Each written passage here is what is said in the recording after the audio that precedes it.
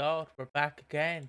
Not my words, the words of Backstreet Boys. I did not do that correctly, but who mind? This is the Watching Walford podcast. It's episode 151. Today's episodes are going to cover the biggest storylines and takeaways from week 47 of 2025. All the episodes from the 17th of the 11th, all the way to the 20th of the 11th. I am your host, Piggy, and I am joined by my co-host, Ash, who's a much better host than me. Just got to get that ego stroked off. There he is. Say hello. With his pyrocynical bangs. Joel Marshall bangs, I guess, if you want to. I'm taking them back. He's taking them back, yeah. He's claiming his territory. That's what he's doing.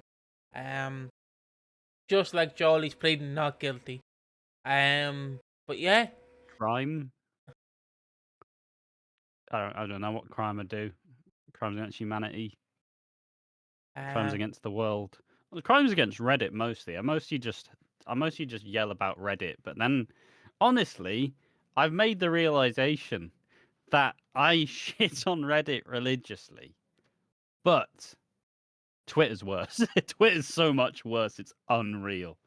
Like, I thought that Reddit was unhinged. Twitter's just like, it's just abysmal. Abysmal EastEnders. It's so abysmal. Hey, EastEnders abysmal. Like you're an echo chamber. You just say the same words at each other and just go, oh, abysmal enders. It's so abysmal, isn't it? Oh yes, it's so abysmal. Oh Jesus. Like, oh, guys, just fucking get your own lines, please, please, for the love of God.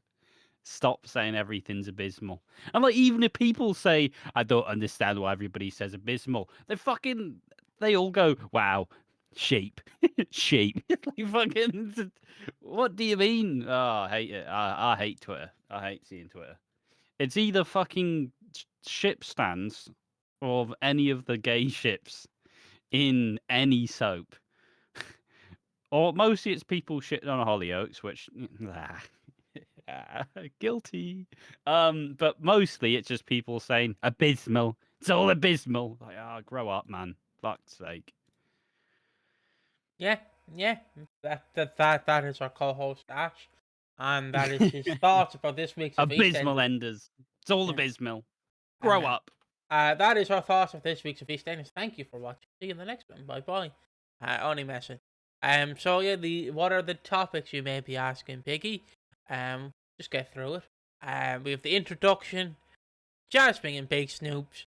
Ravi gets battered like a battered sausage. Zoe is paranoid. Vikki and Zack / Joel pleads not guilty. He's still gonna be locked up, to quote Akon.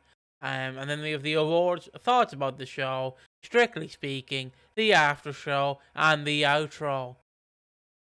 I don't know what I'm doing here. So I'll just pan over to you for a second. Pan back to me.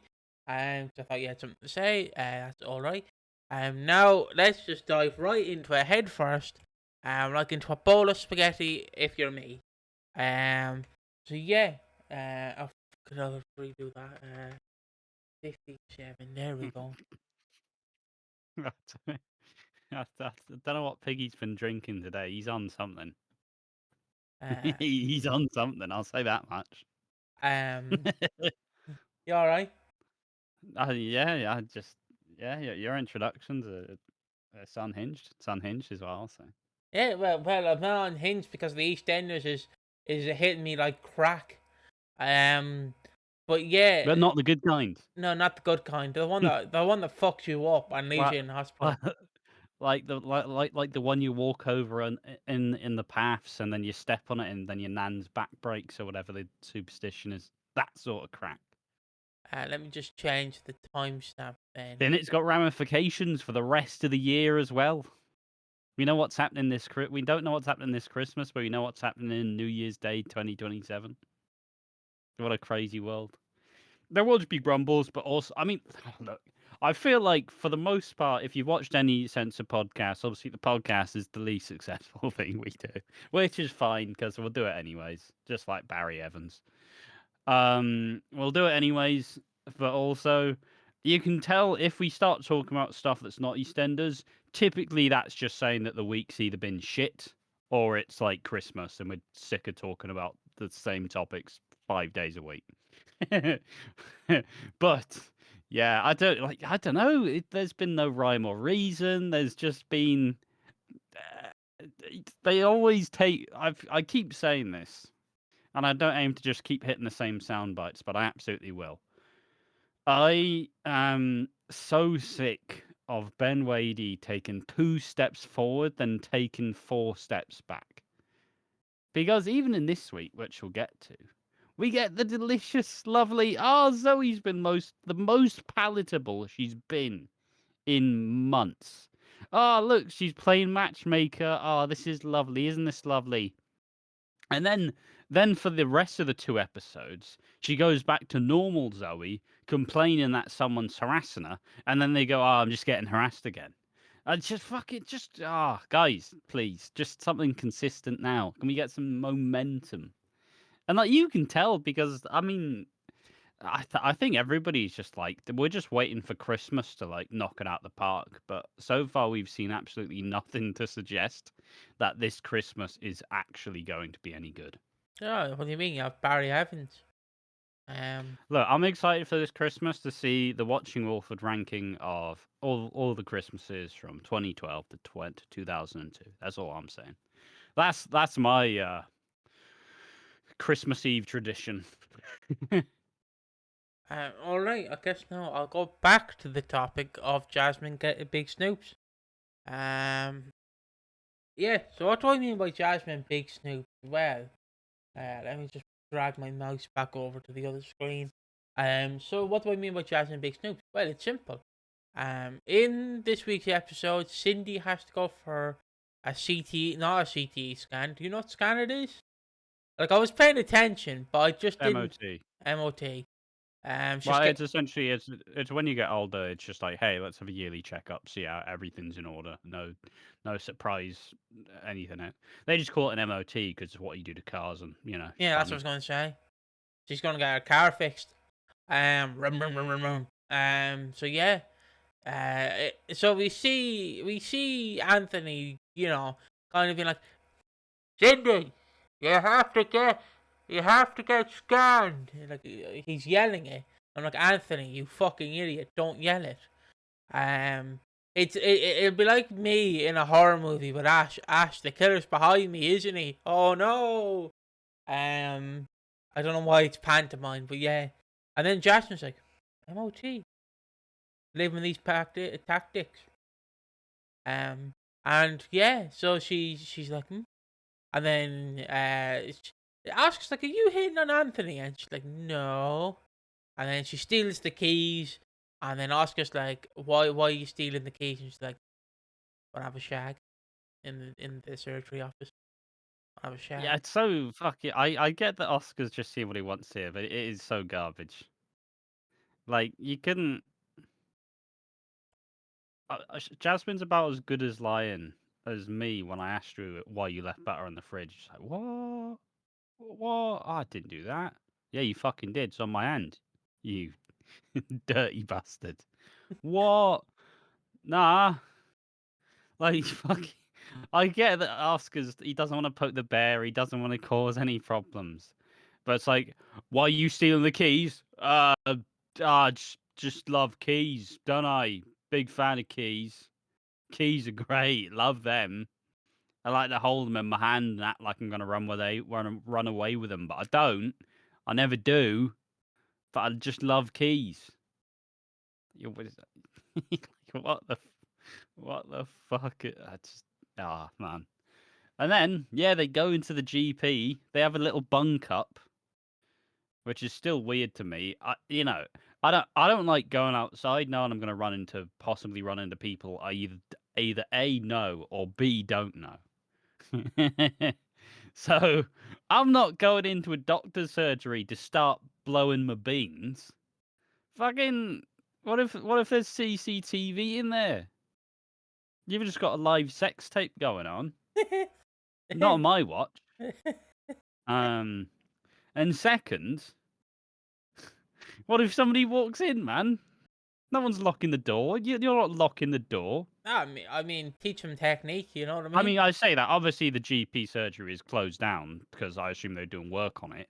But imagine like some builders just walking in with his arse crack out. No. There we are. That's my break done. Just kidding. Gonna spend the next hour drinking more tea and doing nothing. And then suddenly, bam. I mean, the builder be like, go on, son. Go on, son. You're doing There's it how wrong. you are. An Oscar brought in.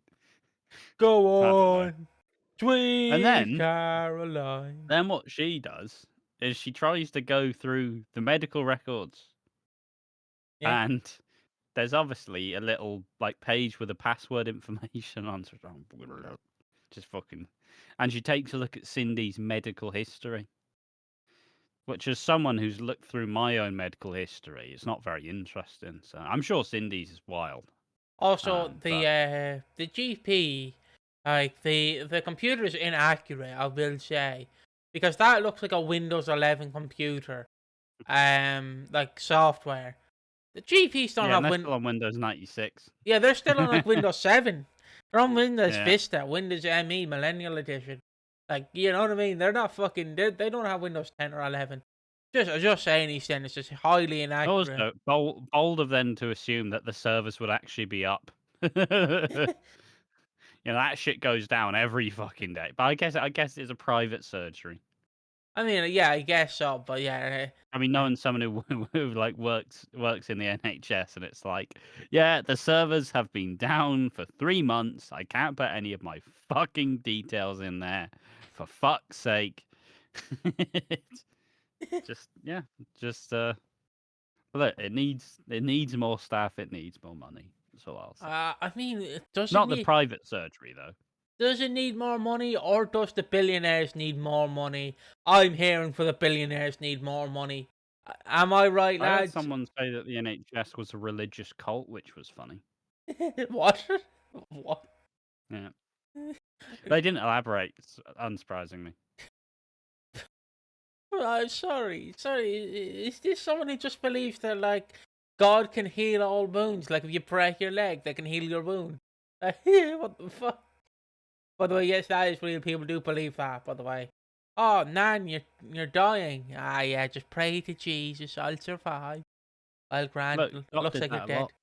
lot. Dot was the biggest example of letting Jesus take the wheel, and Nick Cotton's dead for 10 years now, so still waiting for the prayer to come true as to whether Nick Cotton deserved to live or not. Jury's still out on that one. Yeah, well, I mean, yeah. But I don't know why that's funny in my eyes. Ah, no, Nan, you're dying of cancer. Ah, yeah, pray to Jesus. I'll survive. But Get out that fucking prayer, Matt. No one else is gonna do it for you. All right. Now up next, Ravi gets You want battered. medical assistance? No way. There are natural disasters to be worked on. I just like to imagine God just sees the natural disasters and does nothing. I mean, and everything else.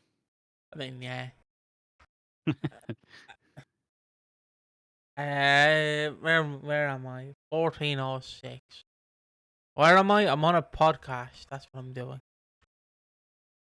Fuck up. Not beating the high allegations. Now he's asking where he is. Yeah. So back to where I was. Speaking of getting high, Ravi Gulati. So in Monday's episode, the guy from the adoption agency comes back around, and Barney's also upset because his dad's been arrested. You know, that's really gonna put a dampener on Christmas. You know what I mean? Oh, Ma, what you getting me? Well, Barney, I got you a police hat and some handcuffs. Really, Mom? Really? I'm 16. I like reading books. Okay. And yeah, so Ivani sticks up for Barney by going in and seeing Ravi, her dad. I mean, like, Dad, you got him. You got like my friend's dad arrested. You dick. And Ravi's like, it's not my fault. It's not my fault. Okay, I'll try to do my best for this family. You're all picking on me. Why are you picking on me? Fucking your mother ate 3 buns last night. Stop picking on me. I don't know why I gave him a high pitched voice, but yeah, he's like, stop picking on me, basically. And he plays like victim, and he's like, yeah, but like it's not my fault, and it's like it is your fault, mate. It is. And then he snaps, and then the man from the adoption agency comes around. That guy is a nice guy, by the way. The Saki and Oh, he's lovely. He Eve's is lovely. agent. He's the best bit about EastEnders, honestly. If I could give him the full show, I would. He just wants a few buns. That's all. Don't Oh, be all. somebody just make him that delicious like butter cake or whatever he keeps requesting that they still don't make him. He still wants that Let butter. this man eat. He's a social worker or something. Like he's been through enough. Let him eat. Let him cook. Let him cook. Let him eat. Yeah, let him eat. And basically when he's talking to Suki and Eve about what they have to do to adopt, Priya and Ravi get into an argument, and Priya's like, "Mate, what the fuck are you doing? Like, why did you drag our family into this? Why are you doing this? Did you think this was a good idea?" And then the guy from the agency just doesn't give a shit. He gives a shit, but he's like, fair enough, I guess. Well, it's just fucking Suki and Eve just keep going. Ah, this isn't like what our family normally is like. It is. Stop lying. Obviously, you do paint over the cracks when you're going through adoption agencies and just any like and any of those processes where it's a heavy where it's like a heavy vetting thing where it's like, all right, is anyone in your family in prison? Done. Do you have a middle name shared with a famous dictator? Like, any excuse to just be like, fuck off. It will be taken. Obviously not their fault because they are still trying to decide like where kids go, and obviously that requires a pretty heavy vetting process. Because it's pretty important as to where these fucking stay. So don't blame them. But I mean, obviously, the whole point of this is Suki and Eve are both really like anxious, and they really want it to go through. And they're like, "This won't ruin our chances, right? Right?" And he's just kind of sat there like, "Fucking hell, yeah, no, you're fine, Jesus, Bring me like, that stop butter, cunt. smothering me, stop smothering me." But like, I do find it funny as well because obviously, like Priya, Ravi, Avani are all just like, "Yeah, he's a dealer, he's dealing." And the only thing you can deal is a rejection from my solicitor. You're banned from that. I don't fucking. They just get an argument. Eve's just like, "Will you guys shut the fuck up?" And then Eve's like, and then they're just like, sorry. Um, It won't happen again." Sorry, you just get oh that's the wrong overlay. You just gave me the visual of like Jesus trying to adopt, and it's like what does the H stand for, Jesus? And Jesus H Christ. Uh, can't really Obviously, Jesus goes, "I don't know. I can't Who really knows?" say if it Hector. begins with a H, ends with an R, but I can't really say. You know what I mean? Um, Sorry, it's just the idea of Jesus trying to adopt. I also just side note, if Jesus ever was a parent, like his poor kid, I feel sorry for that kid. Do you imagine that kid getting bullied, right? And he goes home to Jesus and he's like, Jesus, I'm getting bullied in school, and Jesus is like, there's holes in my hands. I think you being called fat is alright, you little wanker. I've holes in my hands. You know how I was bullied? I was hung to a cross. Oh, does somebody have a persecution complex? Do they? Huh? Just Now listen here, Judas. Get the fuck back to school and stop getting bullied. I I'll come round with a hammer and nails. As he just like drives his hand into his fucking face. sorry, I was just think I say that obviously Jesus isn't fucking real, is he? It's well, I mean, they're still looking for his foreskin to prove he's real. So yeah, the one I don't know factor. why you always take it there. Yeah, well, it's the one factor I know about trying to prove he's real. I swear there's one of those mentions like every podcast. It's insane. Yeah. I don't know why, but I was thinking of the Black Jesus quote from Family Guy, where it's like, I rode in on a donkey. No, I rode in on an ass, your mother's ass. Black Jesus. Yeah, that's what I was thinking of. High up. But yeah, let us know down below what would Jesus call his kids. What do you think? Do you think he'll remember the good times? Do you think he'll remember the bad times? But yeah, and then I was trying to name all the kids after himself, but they're all Jesus and he's Jesus. No no, one's overshadowing me. it's like Jesus, No, Jesus. he just names one of them God, so he can say, oh God, are you finally gonna do something with your life then, you loser? Finally gonna step in. By the way, oh, are you just gonna let me die, God? And then the baby just sat there like vomit down his like lip, just there. I just side note because I care more about this little like imagery. Could you imagine him as a teenager, right? And Joseph's trying to ground him, and then he's like, "You're not my real dad, Joseph. You're not like my real dad, God." Ugh. I'm gonna call him, and he's gonna pick me up, and it's gonna be cool. He's gonna bring me bowling.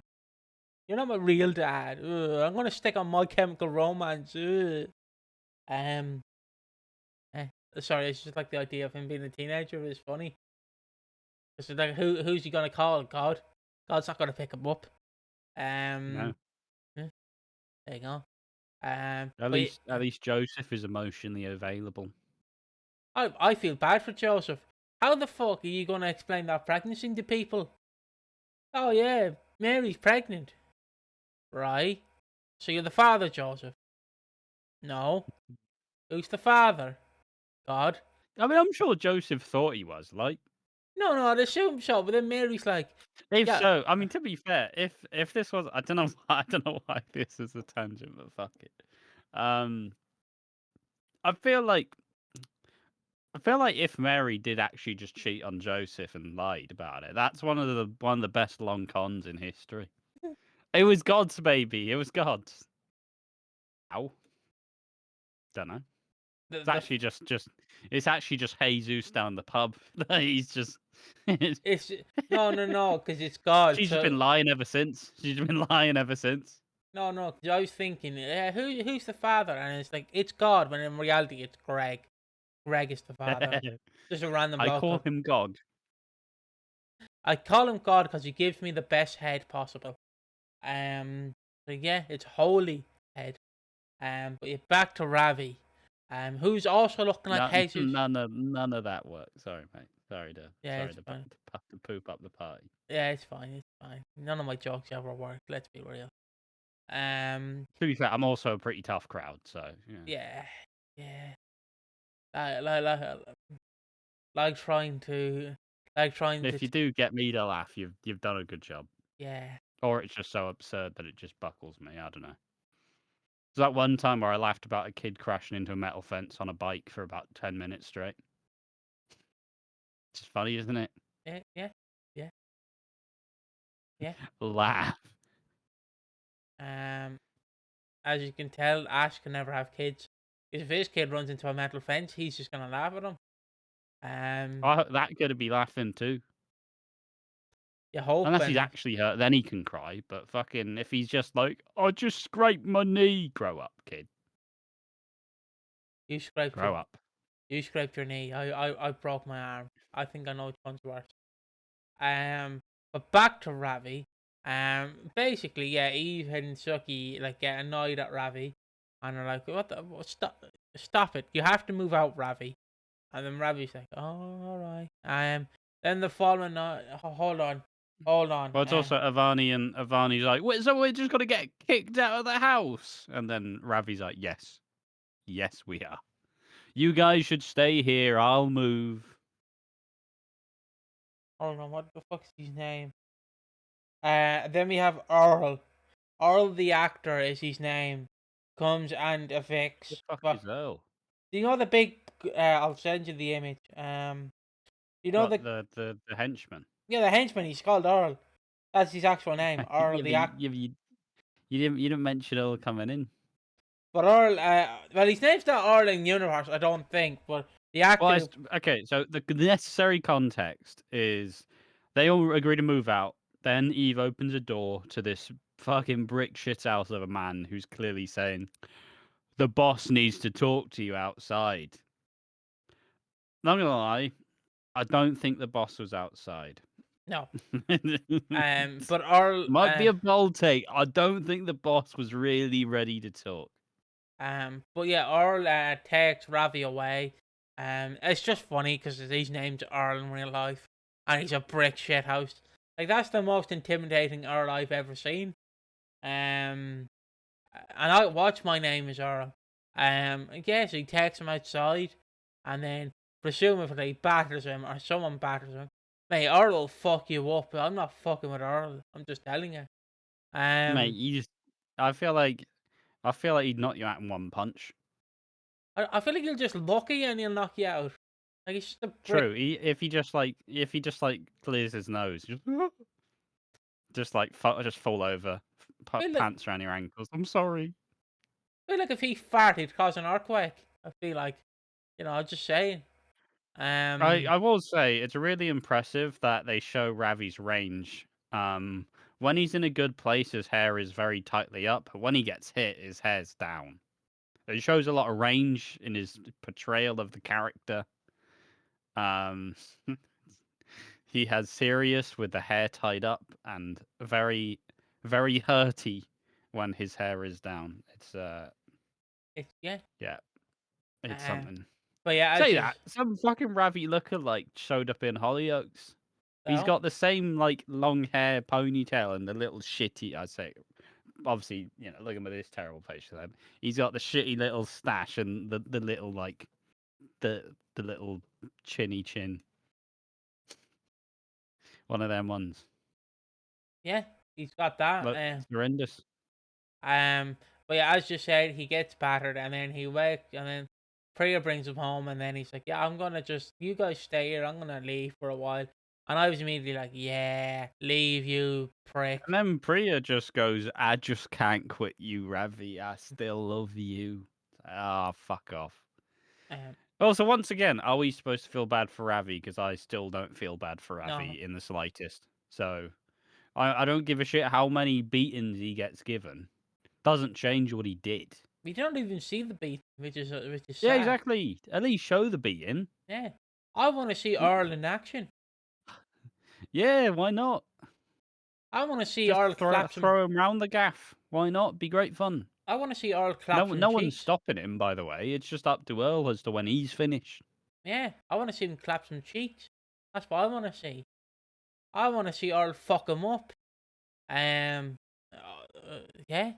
I feel like Earl's that kind of boxer who would just take about 700 punches and still just the face doesn't move. Just like he just keeps getting drilled in the face, and he's just there looking at you like He's it's just like yeah, oh shit, oh shit, oh shit. It's fucking for a Simpsons comparison, he's Homer Simpson in that one episode of The Simpsons where he's boxing, where Moe becomes his trainer, and Homer's entire technique of how to win a fight is everyone just punches him in the face or the stomach. He tanks it, and then he wins by just pushing them over. That's what Earl does. That's Earl's technique. Like I said, my favorite thing about it was I looked at the Instagram obviously because the actor who plays Ravi said Earl is a great friend of mine, and then the second comment was just big. Did nepotism higher? I don't know.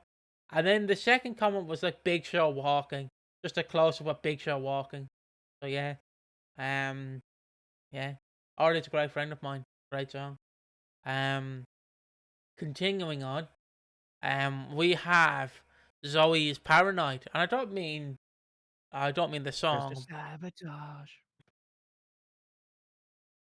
What timestamp is that? At 29:40. Okay. So Zoe is paranoid because in Monday's episode, Alfie hosts a quiz. He seems to be doing a lot of quizzes lately. Does old Alfie? Look, they have to get that money. I mean, yeah. Zoe's paying like for all the security cameras and shit.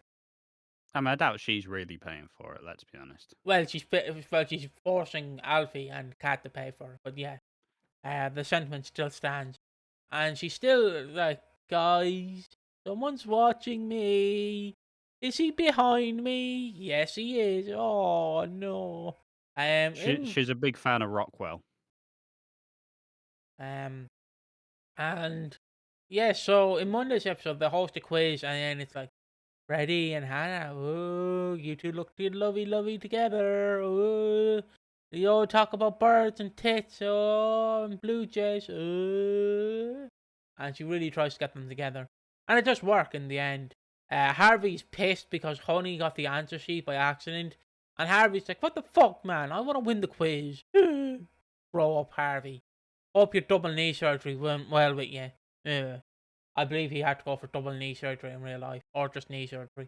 So yeah, congrats to Harvey getting new knees. Um, but continuing on, she basically puts them together, and then Alfie gets a new security camera, and then in Wednesday's episode, and Tuesday's episode, someone's still stalking her, and then the security cameras go off. So then on Wednesday's episode, she gets pepper spray, and Ernie, I think it's Ernie or Bert, put the pepper spray in their eye because they're sick. Fucking idiots. They get pepper I've spray. got no sympathy for them, but just because it was really funny with how it happened, because obviously they're having a conversation like, "Oh, she's just making it up," and then obviously you hear you hear the spray and the ah. Obviously, one of them sprayed it in their fucking eye. Look, and then obviously Alfie's like, "Fucking Zoe, bringing a weapon into my home." Look, she didn't put the pepper spray in his hands and spray it into his fucking eyes. Got off. Take some credibility for yourself, Bert or Ernie. They don't even take control as to which twin they are. That's how little responsibility they take. I've got no sympathy. Also, who goes, "Oh, what's this? What are you spraying it in your eyes for? Spray it You in your idiots. mouth. Don't spray it anywhere." I don't make a history of just spraying random bottles into my face. I've got no sympathy for him. Yeah, and then Alfie starts Stop fuming. spraying shit into your own eyes, you idiot. I say that there was one time where I thought it would be funny because obviously as a kid I watched a lot of You've Been Framed, and you always have the jokes of like a kid looking into a water pipe and like the parent turning it on. Now, as a kid, because I'm autistic as fuck, I like to I like to try and craft a scenario that I thought was funny, but anybody else seeing it would just be like, "What the fuck's he doing?" And so I decided, because I was manifesting this happening, I was staring into this hose for a solid like 20 minutes, waiting for someone to turn the tap on. I was just sat there staring down this hose, just like, "What the fuck's in there? Is your brother turn up? Somebody will see me. Somebody will see me." And in the end, somebody saw me and turned the hose on. And then I No. realized that it was really fake and inauthentic, and it wasn't very funny because I was staring at a fucking water pipe. I was staring at a hose for about 20 minutes of my life that I'll never get back. Well, fair enough. Fair enough. But I didn't do it with fucking pepper spray, did I? No. And also, how has he found the pepper spray? She had that shit hidden. I think it was hidden underneath her pillow. So he's gone into the room, and Yeah, stop stealing shit that's not yours. I mean, But I think Minnie Mo's litter tray is in Zoe's room, so you have to bring Minnie Mo into the litter tray, and then obviously she or he found the pepper spray. Would be my guess. And obviously, as a child, you do not know what it is. Even though there's a yeah, but giant, he's got the ability to read. you don't know what it is, and if you do know what it is, you still are going to be curious because you're a fucking child. So you would spray it because you are curious. And I know he's looking at me going, "No, you wouldn't." He's a child. He would because that's what children do. Why do No, you I know think? he would. I know he would, but it's funnier to think he wouldn't. Yeah, and that's why they like lock capsules on fucking dishwasher pods and washing machine pods and fucking medicine. Also, I'm never being able to break whatever probable child locks on that fucking thing. As a kid, you're just like, "Yeah, it doesn't open," yeah, and then you stop. Then you stop because you're a kid and you get defeated easily. I mean, I couldn't even I open. couldn't even figure out like deodorant cans at the start. You have to twist them. I mean, I couldn't even open the bubble, like the bubble in a can, like how to make bubbles. I couldn't even open that to fill the water up in it. That's how bad I was. Um, Still can't do it now. they can't do that. That's why I have to To be get. fair, you do have what, dyspraxia. Yeah, that's why I still get my. So That's why I still get my tablets like in this because they can't put it mm, in like little things for me. yeah, yeah. So yeah. Well, they don't actually put it in like little bottles, but they know I wouldn't be able to do it anyways. So I'd be stuck there like like 3 in the morning, like, Dad, help me When open I say this. that, it's also way easier to just put Yeah, them in the boxes and the than the yeah, than the bottles, I assume. yeah. And plus, if I was there at like 3 a.m. trying to open it, my dad would be like, "Son, I'm trying to fucking sleep. Do it yourself."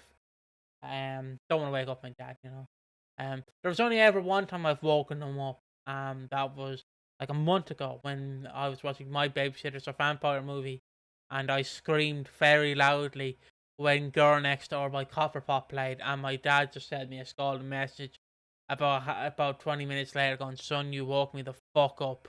Why did you scream?" And I went, "I'm sorry, Dad. Sorry, didn't mean it." And then he started complaining to me in the morning, which was fair enough. But yeah, back to Bert and Ernie's Obviously, brain. I've got a good track record. I've not been yelled at by my dad in like over like 13 years or something. He's got good Still not dad. happening this year. Oh, microphone's had a meltdown. Oh, everything all right? Still not. He's still not yelled at me. Thriving. Am I back? Am I back? Oh, hello. Hello, there you are. Hello. Yeah, I'm back. With a brand new track. But yeah, as well, I mean, he could yell at you. He's probably yelling at you, but like he's just doing it very like nonchalant that you don't see it. Um, but yeah. As I was saying, continuing on. Um, So obviously Bert and Ernie sprays it in their eyes, and then Alfie's like, "What the fuck, Zoe?" He brings them to the GP, and then the GP's like, he'll be fine." And then Anthony's like, she's mental. Gotta get her checked." And I'm like, "Anthony, I know you're a doctor, but you're not a psychologist. You can't diagnose her. You know what I mean? You can try, and I don't." also like how I like how Alfie went straight into he went straight into the she's killing my kids. It's only a bit of pepper spray, like yeah, it's only a bit of she's killing my kid. Get her out. Get out. 2018 Alfie crept up. Um, uh, and then yeah, and then he goes back. And then, like, so he's like, "It wasn't me." And Abby's like, "I don't give a shit. Get out of my house." And I then too would get fucking fed up of hearing Zoe be like, "It wasn't me." Yeah, what about all the other stuff you made up? It wasn't me, I swear. I don't. Like And then it's like cat. it's like Groundhog Day at this point. It's like cat oh, hold on. Oh, excuse me. It's like cat, for example. It's like, after you're not one to talk. I'm like, oh, she's referenced 2018 briefly, vaguely. And yeah, the following day they got Zoe breaks into Vicky's house slash Sharon's house slash Zach's house and tries to like match the jewelry because she thinks it's all. It's also the shittest glass I've ever seen. Yeah, that's a Like fucking that American. glass is like in Halloween where Michael corners Annie in the car and the car's just like thick of like that breath, but like turned into ice. The fakest plastic glass you've ever seen in your life. But yeah, she easily breaks in, and Abysmal. and then Kathy's like, "Kat, let's keep it together. Homie to homie. I'm sorry." And Kat's like, "That's fine." And then she sees Zoe, or not, yeah, Zoe, in the sitting room, going through the jewelry box, and she's like, "What the fuck, Zoe? The fuck?" And then obviously I know she didn't grab her by the ear and drag her across the square, but let's just imagine she did. And then Kathy's like, you know what, Kat, fuck you, fuck your family, fuck the cops I coming think straight from the underground. meanwhile the best bit as well is like Ross is setting up this bollocks like say anything like boombox on the side of the road type deal. But like you can't say your song is the Killers. You can't take that song. You can take it's not only your song, man. It's about every fucker else's song. You can't have the Killers as your song, you fucking twat. And obviously, this is while Vikki doesn't give a fuck. She is just fed up of Ross's shit. I feel like we all are, to be honest. Let's be honest, we are. Yeah. So honestly, you have Kathy like dragging Zoe out by the ear, and all you hear outside is jealousy, taking something to the sea, turning snakes into the sea, swimming through sick lullabies, choking on your alibi. Price to pay. Destiny Destiny is is calling calling me. me. Open up my eagle eyes. I missed the bright side. Right. Or you just do like Phil on karaoke. I don't think that would be Phil's karaoke song, honestly, if I'm being real. But I would love it to be Phil's. It should be Wasn't Me by Shaggy or Angel. I'd love, I'd love I for. bet he could do the voice. Sorry, I just want Steve McFadden to do that now. Oh, just like fucking. He doesn't even do the rest of it. He just does the noises. Wah! Oh. Wah! Oh. Girl, you're my angel. You're my darling angel. Wah! My free for time in need. Wah! Baby. Love is just bombing, burning, and it's all over. Time to show the nation my appreciation. Fucking- I Sorry. say that whenever I think of Phil on karaoke. Honestly, the Phil moments where he does something silly is great because obviously you have him singing the Pogues fairy tale in New York, With and then you have him playing Just Dance in one of 2011. the Chris of 2011. Yeah, he's playing Just Dance on the Wii. Obviously, him doing fairy tale in New York is like, I should have been someone. It's fucking. No, wasn't he? Was fucking just projecting his voice despite shouting into a microphone. Um, but all I was gonna say about the Shaggy karaoke bit, I just think of the fucking video you sent me of the guy in the pub doing the Shaggy impression. It's just a couple of Yeah, points deep. That's honestly one of my favorite clips that you've it's a sent me. fucking classic. He does a spot on Shaggy impression is the It's the problem. one that I think of every single time. But yeah, what? Back to this. What? What? But yeah, back to this. Yeah. So like I said, Kathy drags Zoe over, and then they figure out the jewelry piece. It's Jean. Also, if you're wondering, someone spray painted on the door. Watch your back or some shit. Wash your back. Wash your fucking back, Zoe. That pussy Well, it's stinks. obviously it comes up in a conversation where Kathy drags her back to the Vic. Kat tries to apologize. They start trying to vaguely hint that maybe it is actually Kat who's doing this to Zoe, which felt very strange that they were implying it. And then in the end, it just kind of they're talking about it. It's not me. It's not me. It's not me. Alfie's like, you need professional help. And then obviously the alarm system goes off, and then Zoe finds a earring. Oh no, she doesn't find an earring. She opens the barrel stall door, and it says, "Watch your back." And yeah, later on they see that Alfie finds a earring that has paint covered in it, and obviously that earring is revealed to be Jean's. But I don't believe it because I know we're going to see this 7 more times in the next 4 weeks. So I still don't think this is the actual answer. I'm just yeah. We're back.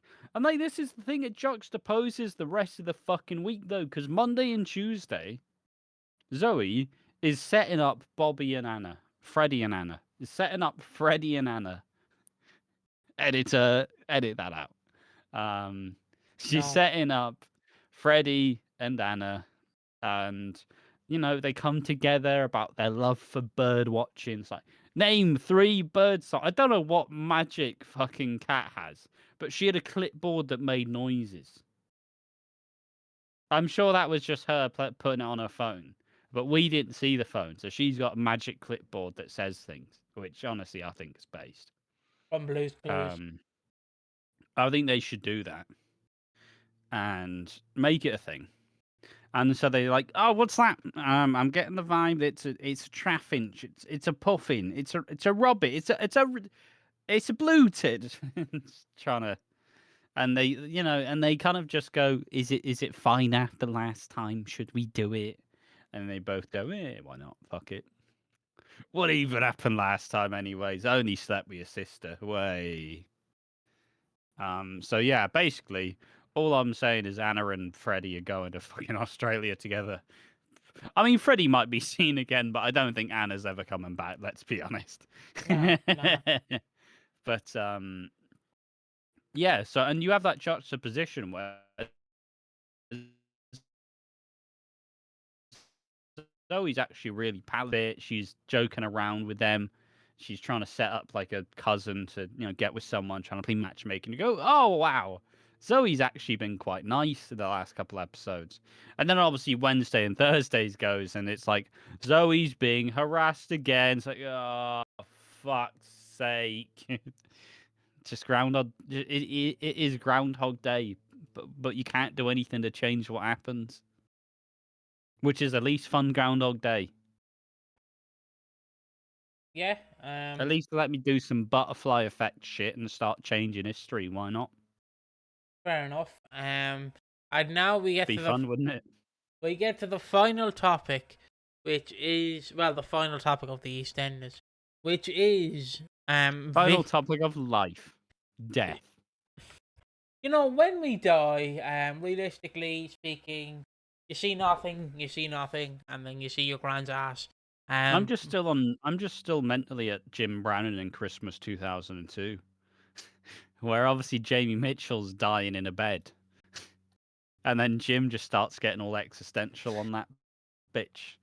Just like, well, the thing about life is you never really know when the end is, and you don't really know how much time you have left. Like, and then Peggy and Phil are just sat there like, Jim, do you fucking mind? I'm trying to not break down here. It's like, yeah, well, I mean, it was like my ex-wife when she had a stroke, and I was trying to plan all these big things for us to do together, and all she wanted to do was just get that £3.50 back from her mate. And then he just keeps going on. What I will love Jim Brannon, legend. what I will say about Jim Brannon, because we did research on like the actor who plays Jim Brannon, like to see like why he left and came I back. say we did research. What fucking research do we do? We googled it and we found out that Jim Brannon's actor had like We had 4 researchers on the team. we found his history. We found his grandson. We found his ancient ancestors. But on Jim Brannon, like I said, we googled it, right? Well, I googled it, and I found out he had a stroke, came back to EastEnders, had a stroke, left, and then had a stroke. And he basically had 4 fucking strokes. And yeah, he had 3 strokes. Yeah, I was overplaying, which is rough. Which is just like, Jesus, poor bastard. And yeah, he leaves. But yeah, I mean, it reads as follows. It says, yeah, on June 14th, 2007, he had a stroke at home, and then by December, he'd finally walked for the first time in 6 months. Then in August, he had a second stroke, and then he was fine for about a solid he was. To be fair, he had a better couple of years. He did have a better couple of years. Didn't have one till 2014. Then he died. Yeah. Yeah. Poor man. I know Jim Brannon though is a legend in watching Walford history in my eyes. Well, it's not about Jim Brannon. It's about Vikki and Zack. Change the timestamp so no one yells at me. So yeah, this is about Vikki and Zack, because they're now an item. Are they? Yeah, they are. Not really. Well, they're slightly an item. Um, and yeah, so in Monday's episode, Vikki is still, away with the fairies. Someone give out to me for the way I pronounce fairies. It was Rose. And also you do give out to me the way I pronounce it. But yeah, she's away with the fairies, and yeah, Ross is trying to just make things right. But the problem is, Ross, that you have to realize you are the problem. I don't mean to be a dick, but you are the problem. Listen, Ross, dickhead. You're the problem, dickhead. Like, Sorry, whenever I hear Ross in EastEnders, I just think of my cousin Ross, who put a knife through my bedroom door. So yeah, nice, classic, because classic Ross. his ex best friend found a baby photo of him in my nanny's house, which I lived in, because his friend was staying at our house. And Ross, he posted on Snapchat that he did, the guy. So Ross came upstairs with a knife and just put it through the door. And then Reasonable. that door was just left like that. Obviously, he didn't cut straight through the door. There's just knife marks in the door. I'd assume the new people who moved in changed the door, because those doors were falling apart, to be honest. But yeah, he did complain about my tattoos though. So your tattoos are gonna fade, man. And I'm like, alright, leave me alone, prick. But yeah, Don't we all?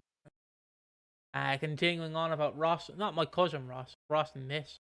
Um, so yeah, as I was saying, Ross is trying to make amends with Vikki, but again, he is the problem, and Harvey's trying to do a quiz night and trying to get Vikki and Ross involved, and Vicky's like, don't really know Harvey, just.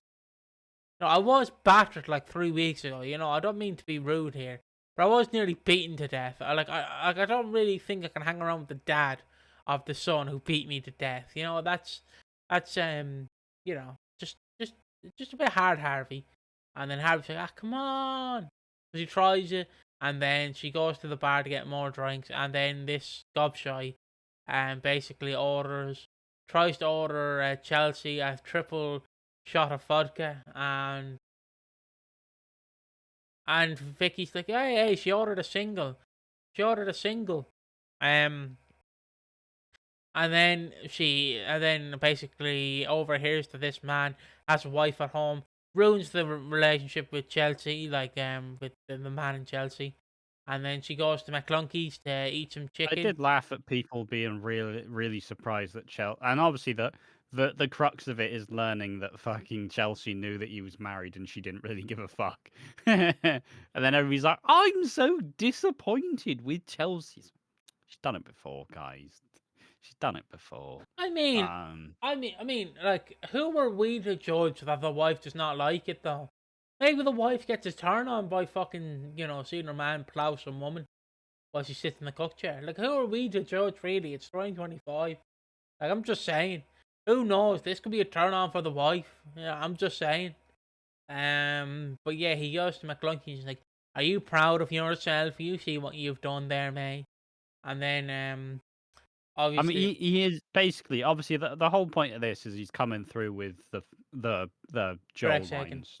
Yeah. Yeah, he's coming through with the Drake Zagan lines, talking about like, "Oh, Vicky, she's old, she's frumpy or whatever the fuck." Like, and he says you're not even good enough for a spiking, which which is yeah, mental. Like, fucking, yeah, who the fuck? What kind of wretched arsehole says that?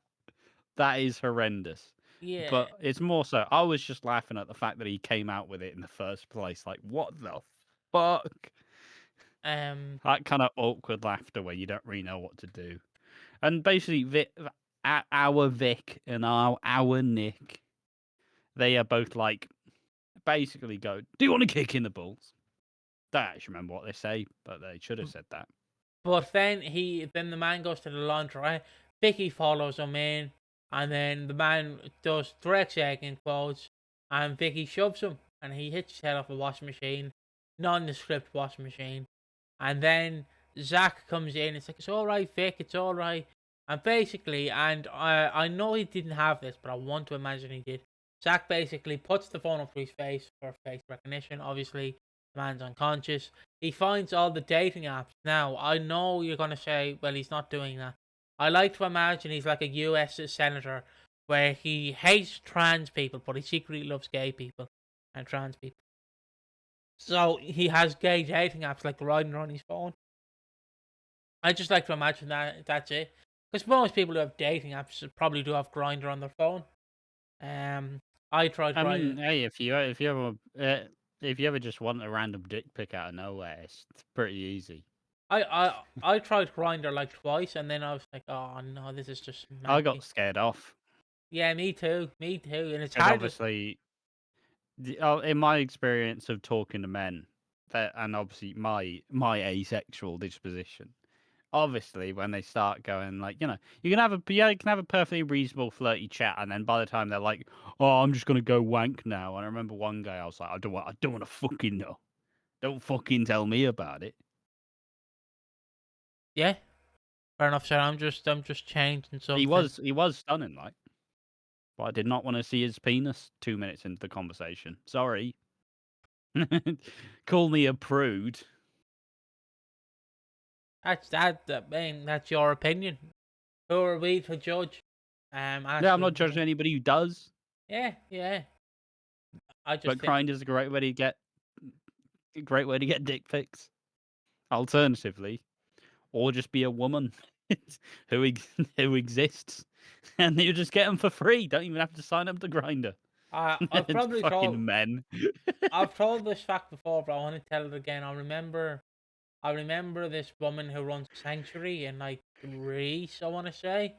It's like somewhere in Europe. Basically, she posts videos of her working out and like punching bag. And obviously, you get the wretched man in there like, you look so pretty. I want to date you. You ever want to fuck? And then get sent dick pic. And then basically, our friend responded to this going, "What I do is I save the dick pic. So when someone else sends me a dick pic, I send the dick pic of the previous guy to them, and being like, this is a picture of my penis." There you go. I think it's also the funny one where if you are a pre-op, like, if you are pre-op trans, and you just go, "Here's mine," and obviously most of the men are like, "Whoa, no! Can you step on me?" No, that's so gross. Step on me, please, mummy. No comment. That was a really good Piggy impression for a second. That's why I went no comment. Just that's a But joke. it's just always funny because, like, oh yeah, because obviously the grosser men are like all fantasize like, yeah, then we're gonna fuck, and you go, hey, here's a surprise penis. Wait, no, oh, I was so into it. Yeah, Just the state of men, really. It's just the state of men. I mean, yeah, I don't care if a woman has a penis. I do love that, right? Side note, very quickly.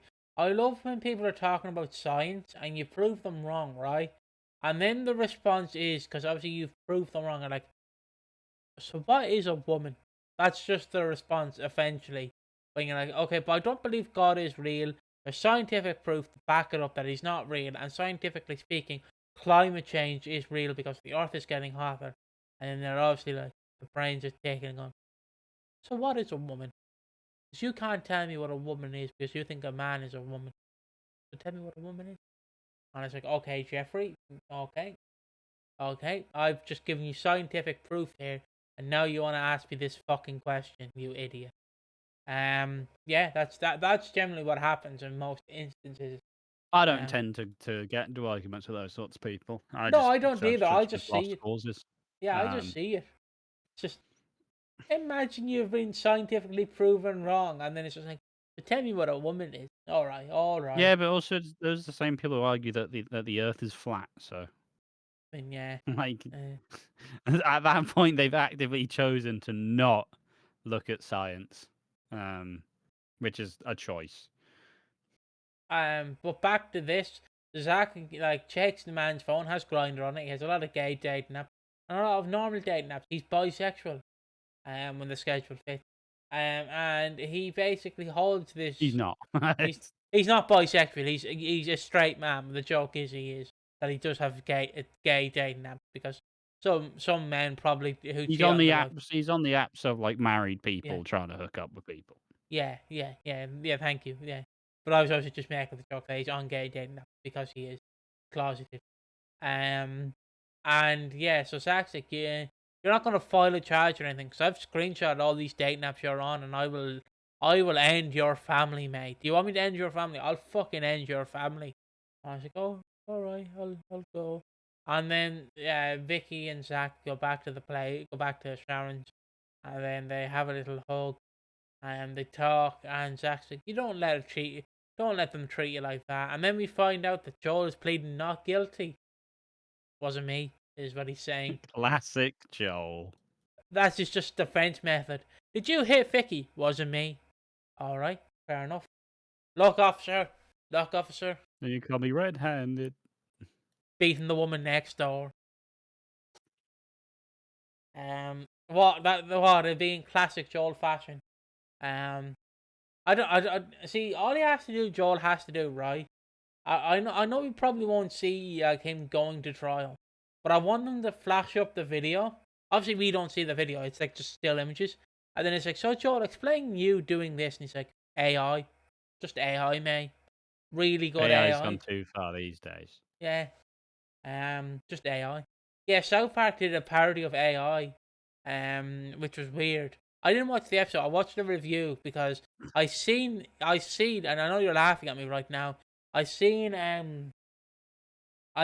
one of the clips from the show. They had fucking the president of the United States banging the guy who loves shagging couches.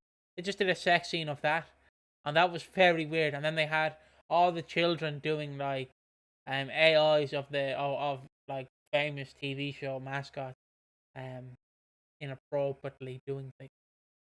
So yeah, AI's gone too far, lads. Um, but as we're saying, yeah. So Joel pleads not guilty, and Ross, to make up for this, wants to go visit Joel, and Joel is still sat in prison with a black eye, and Ross is like, what happened to him? Nothing, mate. Everything's all right. And Ross, your eye? And he's like, yeah. And then Ross is trying to plead his case about Vikki not pleading guilty, about just plead guilty. And then he's like, Vicky's going around hitting men. And I'm like, you fucking idiot. Joel can use that in court against him. So yeah, I'm basically Joel And just, he goes through all of the fucking tired rhetoric of like Vicky being a man hater and yeah, treating men as bad as they like. I don't. It's just it's the normal. It's the standard Joel bollocks of hate women. We are the victim. They are the problem. Blah blah blah. I will say, do you reckon he'll be some like boy's bottom bitch in jail? I reckon he would. I reckon he would. Um, Look, lads, I can say that he's a piece of shit in the show. Okay, so let's just think about that. Okay. Um. He's And also young. I know he's 15. I know I probably shouldn't have said that, but like, or 16 or 17, one of the fucking. I don't know. But yeah, continuing on. So and Joe and Ross like, what the? All right, man. I'm not getting anywhere. Fuck you. I hope you rot in this jail cell. And Joe's like, Dad, I love you, Dad. Come back, Dad. And he's obviously, He did do the funny. What? Do you love me? of course I do, son. Of course I do. If you love me, then you'll protect me and get me out of here. And obviously Ross is like, I'm not going to protect you man anymore. And And he then, goes, Ross goes, I've seen the light. I'm not going to protect him anymore. Except when I go and talk to Vicky that I went to see him and said I will probably protect him. It's like, Ross, you're such a trip. and then yeah, he tries to win Vicky back, and then he hits Mr. Brightside. But then he's like, "Oh, I remember when me and Vicky were riding the Sahara in fucking Australia or some shit, and we fucking were doing ganja off a Jamaican man, and we were high as a kite, and we were fucking away with the fairies, and like Mr. Brightside was playing. He's saying bollocks like that, and he was like, "I remember the days. I remember the days so well." And then it's just like, okay. So he plays Mr. Price, and Vicky's like, will you? I don't. Leave me alone. But also, Vicky kisses Zach, and then obviously Kathy's like, please don't let Well, Sharon to see be this. fair, this did make me really laugh because they're having a kiss, and it's the classic soap kiss. So they have a little smooch, and then they just melt into each other's, shirts going off and on again. But then Kathy just like opens a door, and she's like, "Oh, whoops!" Essentially, like, "Oh, I can come back." Like, Sorry. look, she handled that situation way better, way better than I feel like anybody else would have. She just went, "Oh, um, what the fuck are you guys doing? You're Sharon's like siblings." Then again, wouldn't be the first time that like half siblings in Sharon's family would get together. No, no. And then they're like, we wouldn't But do it. Sharon would also be fuming, wouldn't she? Because it's Sharon. But she'd be a hypocrite because of Dennis and her. Yeah, but everybody's a hypocrite. Fair enough. And then that's basically the wrap up. Ross plays some music, so Vicky's like, leave me alone. And that's basically her ending. Also, I can't lie. If I was fucking Vicky and you go, Ross, his kid is an incel who beat me up. Zach is my sister's brother. Ah, well, see you, Ross. See ya. And realistically speaking, and his son is a book nerd. That's a fucking upgrade. That's an upgrade. Do I want to get beaten True. to a pulp, or do I want a kid who'll read me To Kill a Mockingbird? I think I know what I'm going Piggy mentions the one book he read. with. He mentions it every week. It's just my go-to book. Steven Gerrard's autobiography, from football player to manager. Um, Cole by Cheryl Carr. I don't remember the fucking. he- the person behind Heather. Heather's book from EastEnders. My favourite book is End of an Earring by Pat Butcher. Then watch The Story of Leslie Grantham. Yeah, maybe don't do that one these days. History does not look upon Leslie Grantham too fondly. Yeah, and age doesn't look upon him either. Because if you see the last images of Leslie Grantham, he looks like a real life fucking Gollum. I can say that because he's an alleged piece of shit. So, and what his family want to do is sue us. And if his family does try to sue us, we were only joking. Leslie Grantham is a lovely human being. Allegedly. Allegedly. Lovely, of course, allegedly. But yeah, just fucking there you go. Oh yeah, like I said, do you want a book nerd or an incel? I think I know what I'm going with. I think I know. And also, fucking Nicola being like, Zach, stay away from my family. That's his kid. Let him be with his kid. What are you doing? What are you doing? I mean, to be fair, it is pretty bad form for Zach to suddenly show interest in Barney now that Teddy's out of the picture. I mean, true. He's my kid too. It's like, well, yeah, well, you didn't step up when he needed you, did you? Um. Also, But Zach's never the bad guy in any scenario. He's always a good boy. Also, can I just say something, right? There's a shop Oh over God, here in Ireland, right, called Centra. I don't know if you have Centra in the UK, right? never Um, heard of it. they're doing a series, right, where they're like filming. It's like a little online drama they're doing to promote their store. It's basically a retail, like it's a retail. It's basically like Asda essentially, or Asda, and the Videli and everything. They got the person who plays Heather in it, which is very fucking funny. They got like I mean, Cheryl. she'll do anything for a paycheck these days. It's like when they steal the last jam and it's her like crying like Oh that. no. Jambon is just a lovely delicacy, by the way. Yeah. But yeah, continuing on. It's now time for the awards and it's the award and thought about the show. Oh Jesus, we got to the end. We got to the end. I can't believe it. Um. Oh, bloody hell. So I'll go first.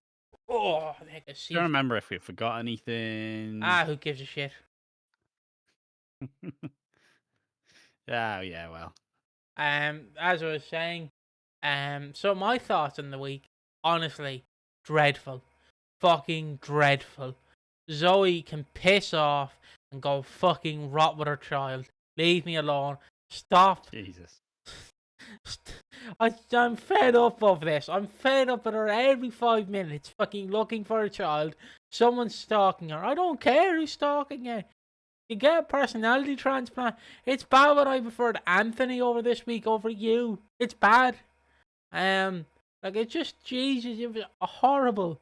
And the only good redeeming bit was Anthony being wooden. Was the only redeeming bit. And to be fair, Vikki and Zack, I will admit, and Joel basically. What you say? And Oscar. And Oscar. And basically Joel, like basically belittling Ross's ex-girlfriend. Well, he doesn't know it's his ex. He still thinks they're together. And then basically when Ross leaves, he's like, Dad, I love you, Dad. Please stay. Like you've just Why don't you love me? like sorry, it's just I want to put this into perspective for people. So Ross visits Joel, right? Just this is by the way my thoughts and so he visits him, right?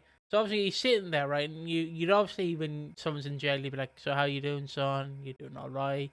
How's life? You have a black eye." Joel's like, Anyone taking the piss out of you? "Yeah."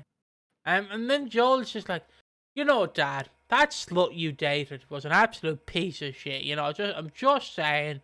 And I don't mean to like break the boys from the men here, but like horrible piece of shit.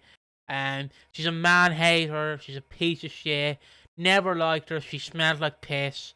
I'm glad you dumped her. And then Ross is like, all right, I'm just gonna leave you then, you dick. And then Joel's like, Dad, I love you, Dad. Where are you going, Dad? I'm like, you belittled his wife or his girlfriend or his ex-girlfriend. I can see why he's leaving you. I can see why. I would leave too. But anyways, continuing on for about the week, that was the only redeeming bits because again, I do get a kick out of seeing Joel because again, it is funny to see these characters who are just dickheads, but it's funny to like laugh at them and their ideology. Basically, yeah, it's funny to see that, but like the Zoe stuff really dragged this week down because they're trying to pad out Zoe's like storyline, and obviously the reveal is probably going to be next Thursday of who's stalking her because it'd be the last week of November, and then that'll be like, oh, big storyline for Christmas is what I'm guessing will happen. Will the stalker will be revealed next week? If I had to make a guess, I don't know. I haven't read spoilers. And yeah, so that's what I think of the week. It was just dreadful. Bert or Ernie spraying the pepper spray in their eyes was funny. Even though I do feel bad for them, it was funny. And seeing Kat like basically bringing up 2018 Alfie, but not bringing it up by going, Alfie, you can't judge people. And I'm like, I hate that you're right, Kat. I hate that you're right. But I also was weird because I actually rooted for Alfie in this week's episodes, and I'm actually like, he does bring up some great points, does Alfie. Oh, I mean, if it was your house and Zoe's staying there and she's caused nothing but problems so far, you probably would go, yeah, we just can't be dealing with you. Like you need to fucking rein it in or you're out. Yeah, and that's personally what I enjoyed, but like that's just fleeting moments essentially. I will say Oscar also like putting on the what is it called that the doctors put on when they want to check your heart? Stethoscope. Stethoscope, yeah. He puts on the stethoscope and it's like, Jasmine, I'll check your heartbeat. Hey, you know what I mean? And then yeah, him just being like oblivious as shit to everything going on. Just basically reminded me of that Angle meme when Triple H goes to punch when Angle was like fucking up in the air. I will say Penny did have a great line where she said, "Look, Oscar, You're young. Just chill the fuck out. Just have fun before your frontal lobe develops. Belter of a line. And Penny was also a great highlight because Penny, when she's used, she's actually a great comedic character. Yeah. Yeah. Just use her If more she's for ever that. qualified to be a comedic character, but it seems like it's all she'll ever fucking be at this rate. But what did you think, Ash? Because everyone cares about your opinion. I don't think that's true, but uh, it was an alright. It was a pretty rough week once again. It's just we're falling into the same pitfalls every single time.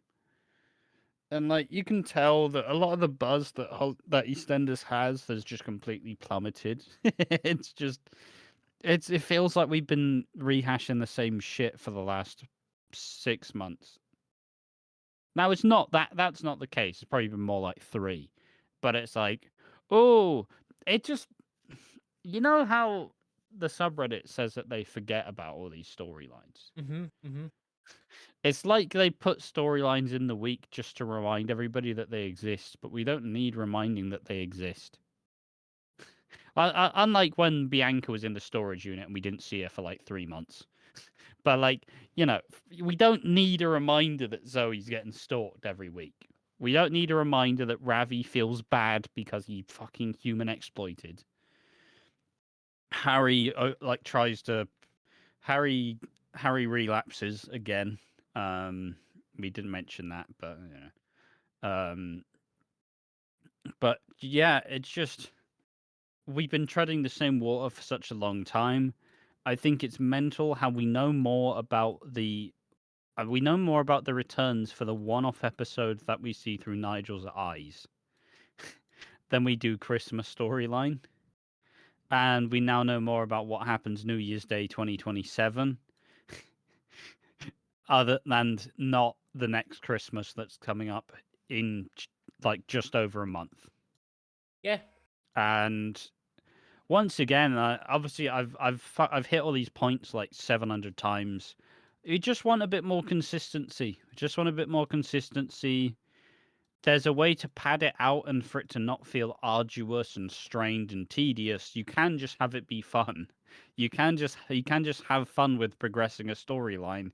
You don't need to hit us over the head 100 times by saying, "Did you guys know that Zoe's being stalked?" And it's like it starts off and you go, "Oh, so it starts off and Zoe's actually going to play matchmaker. But did you know that Zoe's currently being stalked?" Yeah, yeah, I do know. Like, stop fucking reminding me, please. We're trying to get away from Zoe consistently. I'm very concerned at how you have a very stacked current cast and you're bringing in new faces to kind of lead the line. But it's really hard to get invested in these characters who are supposed to be leading the line when the characters aren't very likable and you don't want to root for them. Yeah. Like as we always maintain, there's a reason why, there's a reason why Ben Mitchell had to go when he did. There's a reason why Whitney had to go when she did, because yeah, sure, you can't ever say that they're not talented because they are thoroughly talented and absolutely. One day they will be an icon, but right now the audience is fucking sick of it. And once you're sick of something, it doesn't just go away. It doesn't just you need to fix it for it to get better. So I am so confused at this direction. And it's not to say that it can't get better because I always maintain a soap's only a few bad weeks away from being called horrendous. But it's also only like a good couple episodes away from actually kind of regaining everybody's trust. But it's really, it just, it the favorite soap should not be tedious to sit through. You know what I mean? Mm-hmm. Like, if you as an audience are expected to watch around 210 roughly episodes a year, you're expected to watch 210 episodes a year.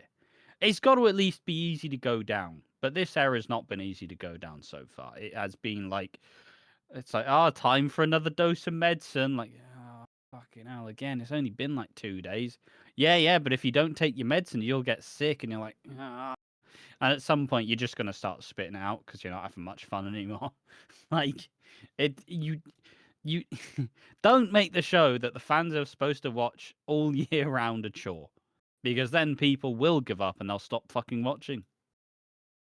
Yeah, I would agree with that, honestly, yeah. Sorry, I was listening to your point, right? I was listening to your points, but I just got a box of figures like an hour ago, and I was just like, I want to open them up.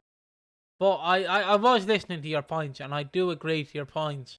Like, it is a chore to watch. And honestly, if I wasn't doing it for the channel, I'm not saying that I am doing this just for the channel, but if I wasn't, like, covering it weekly on Watching Walford, oh, sorry, I would just give up. Because I'm finding it hard to feel anything watching these weeks. Yeah, sure, like I said, there is fleeting moments that I actually enjoy, like Joel, like Vikki and Zack, like bloody Butter Ernie spraying pepper spray in their eye, and Minnie Mo. But like, it's just, Also, Minnie Mo is a fucking adorable ass cat. Like, I don't know what cat they got. That cat is so like stunning. It's unreal. It's such a pretty cat. oh yeah, I'd agree. I agree. One of my favorite cats that I've followed now is my Earl the earless cat. I've brought him up before. I'll just bring him up again if you don't know who Earl is. He's a cat whose ears were cut off. His ribs were broken. His paws were broken. And he was Poor found. lad. Poor lad. Yeah, he was found, and I know you're not supposed to. I'm not laughing at his injuries or anything, but obviously since his ribs are broken, they have to get like an inhaler for him. Or obviously a cat inhaler. They have to give him treats, and then they have to like spray air into his face to make him breathe. Honestly, for the first time I saw it, I kind of laughed, but then I went, "Oh, that's just too cute."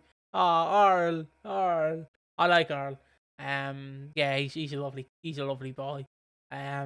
Everyone follow Earl the earless cat, please. Um, but yeah, look, just fleeting moments, but like, just fucking do better. But now it's time for the awards.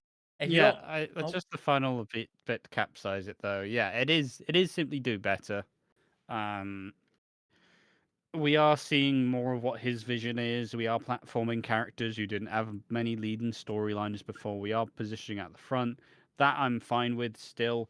You do kind of start to see a little bit of some of the changing of the guard where, Phil has been a pretty big piece of the puzzle. Kat's been a really big piece of the puzzle, but like obviously Sharon has not really been around this year. Jay, who would always have some scenes, obviously he got axed. Like, it's definitely been very top heavy, and I don't know. I don't think he's utilizing the cast too well. I don't think, like I said, the direction's a bit rotten. But once again, it is coming up to Christmas, and obviously Christmas is the best time of year in soap. So fundamentally, you can almost just slip up and have a good Christmas. It's really fucking easy. yeah, it's yeah, yeah. it's really easy. So like, it will get better. We're heading into Christmas. We get to see what his first Christmas will be.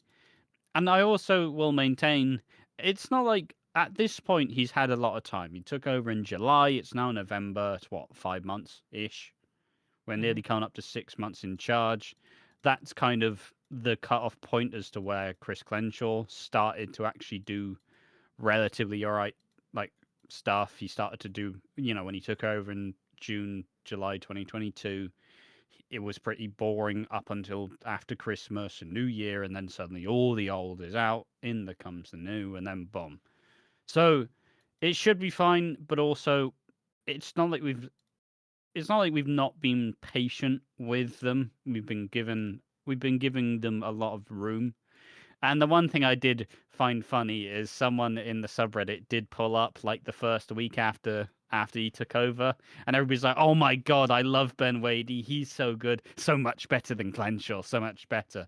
And then everybody in the threads just having a crisis, like, "Man, we were so naive." Just to say, yes, yes, Um, have some Schadenfreude. yeah, and I'll basically now do the awards. So if you don't know, the awards is our jokey stuff that we do to rank the week in our like wanky way. So we have the Chris Crenshaw Award, which is the most like interesting, most improved, of what we're looking forward to, which is harder to do. Promising. What'd you say? Promising. The promising. It's just harder to do in this era, but we try and do it. We have the Anthony Truman Award, formerly known as the Keanu Taylor Award of Excellence.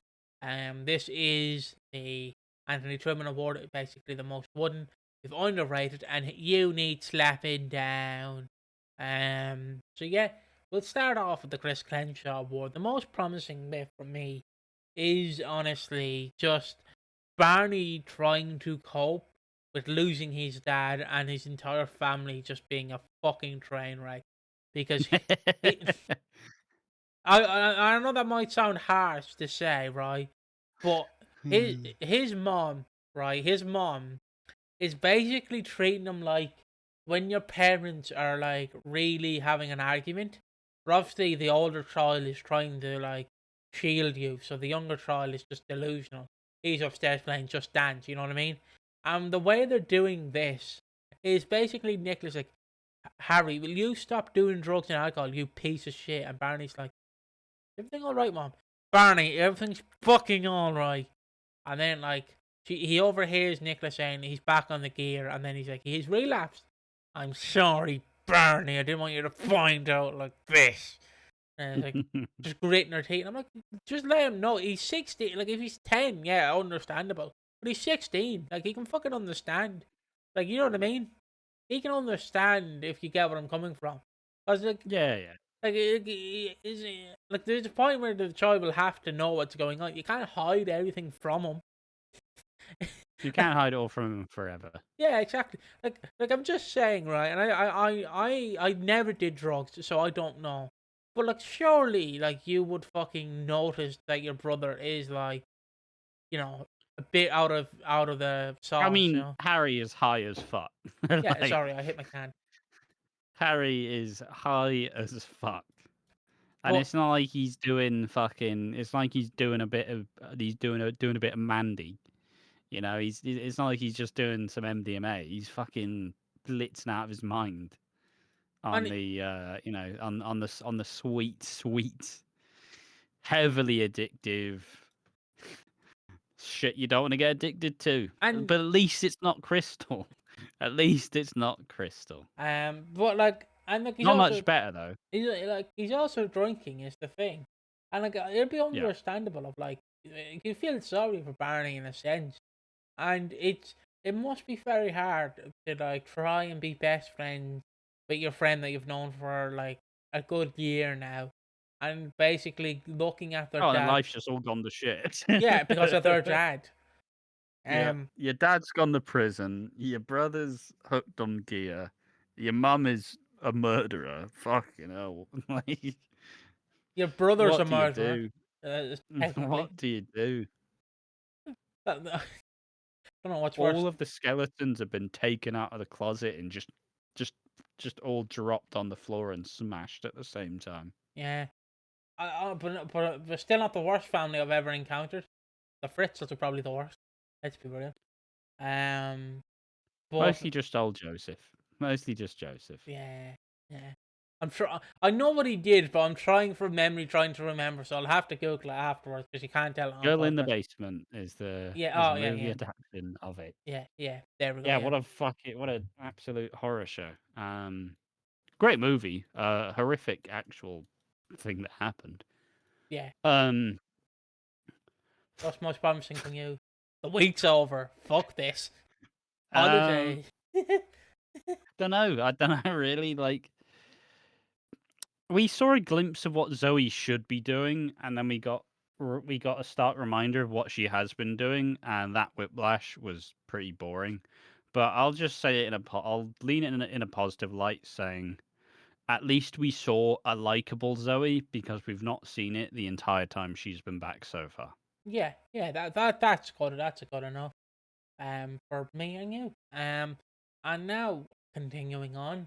The Anthony Truman Award. I know he's already going to give it to Anthony Truman. I don't even need to ask him, but I will ask him. What are you going for? Um, He's giving it to Anthony Truman. What's yours? Jasmine's ability to lie. Oh, She's for someone who's been lying the whole time. She's really not a good liar. Like, I will still not. I will never forget her. Why you? What? Why are you stealing his keys? Ah, yeah. Lol. I just wanted to fuck. Sorry, what? it's Yeah, I it's would. just you could see her scrambling. It's terrible lie. Which is funny. It's just like I want to fuck Oscar. You know what I mean? I want to just fuck. Um, but what would I give it to? I want to give it to Anthony Truman, not Anthony Truman himself, but him like shouting, "People have to go for tests." Basically, going up to Sydney, going, "You have an STD." Just yelling it. I know he didn't say that, but just yelling it. It's like, don't fucking yell at me, because he goes up and he's like, "You have to go for an MOT." I was like, okay.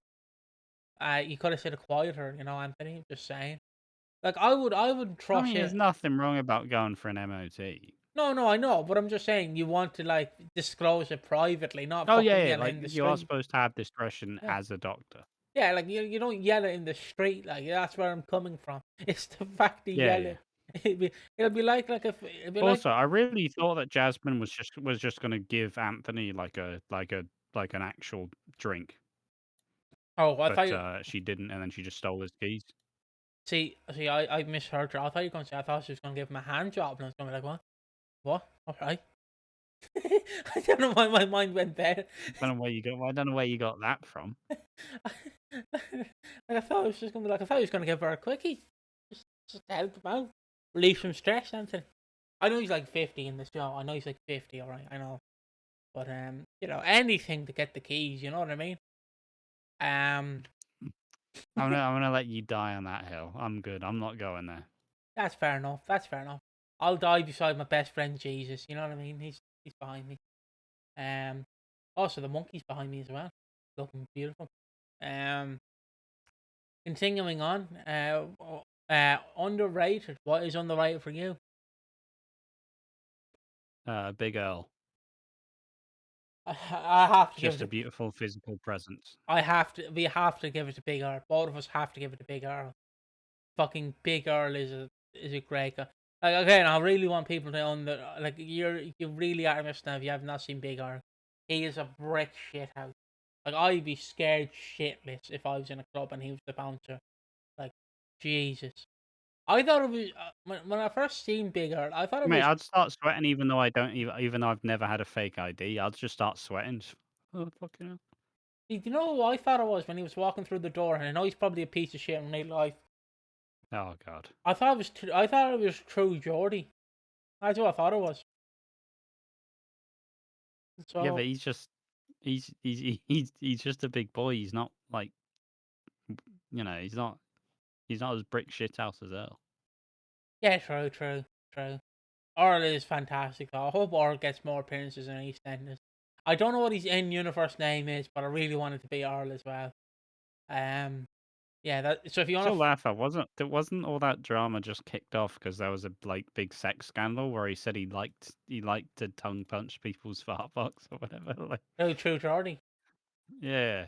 It was something like that. True Geordie had a lot of weird, like, Look, he's all about the rim. I don't remember. I don't I remember. don't know what True Geordie did. I There was just also like some friendships that fell apart and yeah. shit. But who cares? It's fucking. Are any of them gonna be remembered in 10 years? No, we're all gonna fucking go into dust. Who cares? I mean, yeah. Well, I don't know what. Who's next on the episode of Heroes and Villains? Um, but continuing on. Who needs slapping down? Obviously, if True Geordie actually did some fucked up shit, of course, Yeah. horrendous. But But, we you know, we don't know because we're not really intel of True I'm Geordie. not, I'm not, I'm not that invested. I won't lie. Yeah. It's not going to be like a boy in a band situation where we mention him and then it's like he hadn't done anything wrong, Peggy, and I'm just sat there like, He was a nonce, allegedly. yes, no, it's not alleged. But the joke obviously being is he didn't know what laws there were because school didn't teach him. They didn't teach it in school exactly. It's such a shit joke, but I love it every time. I love it every time. I just want that. Yeah, well, it just you make your bed if you do that, don't you? I just like. Could you imagine, right? So, side note, I know we'll get to the last award in a second, right? Could you fucking imagine, right? Biden Band is going to court, right? He's going to court. And it's like, okay, so we have all these allegations of you, right, Mr. Biden Band? Can you explain why you were messaging underage girls? I wasn't taught what laws there were in school, mate. Just being completely honest with you, I wasn't taught what laws there were. I thought it was completely illegal. Like how one of the representatives in America for the release of the files was like, "Is 15 really that bad? It's better than 5. Let's be real, guys." Like, why would you? Why would you say such a thing? I Why must would? say that going from one cancelled person to another, it was like one of Dave Chappelle's like one of his old like stand-ups before he got stupid rich and had all the money. And now just is bored. But he's just saying how like that they were all smoking weed, but they were smoking weed with a bunch of white guys, and the white guys like clearly high, like driving really fast. And he just goes, "Hey, officer, I just didn't know I wasn't allowed to do that." And then it's like, "Okay, buddy, see ya." And just all of the not white guys just kind of sat there, just like fucking. It's happening. But yeah, underrated. What are you going for underrated? I'm going for Joel. I'm just going for Joel being a piece of shit. Why not?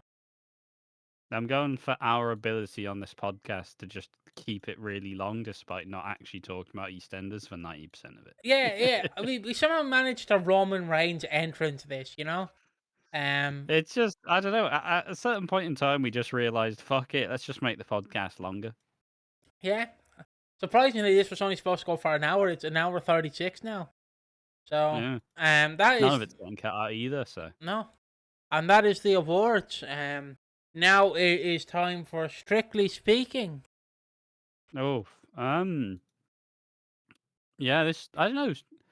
I didn't really have too many positive things to say about Strictly this week. It was a pretty pedestrian week, all things concerned. Obviously, it's leading into this current week. Obviously, when this comes out, it would have already happened. But when this being recorded on Thursday the 20th, and obviously, hello members who watch this early, legends. All cool, yeah. Um, Thank you. You'll get the Christmas content and next week or the start. Don't worry. um, and they're essentially saying it's the week before Blackpool, and obviously, if you don't know Blackpool, the Blackpool like theatre is like a famous dance kind of. It's essentially like it's a major thing in the world of dance. It's a privilege to be there. It's a privilege to dance there. It's one of the only things Blackpool is known for.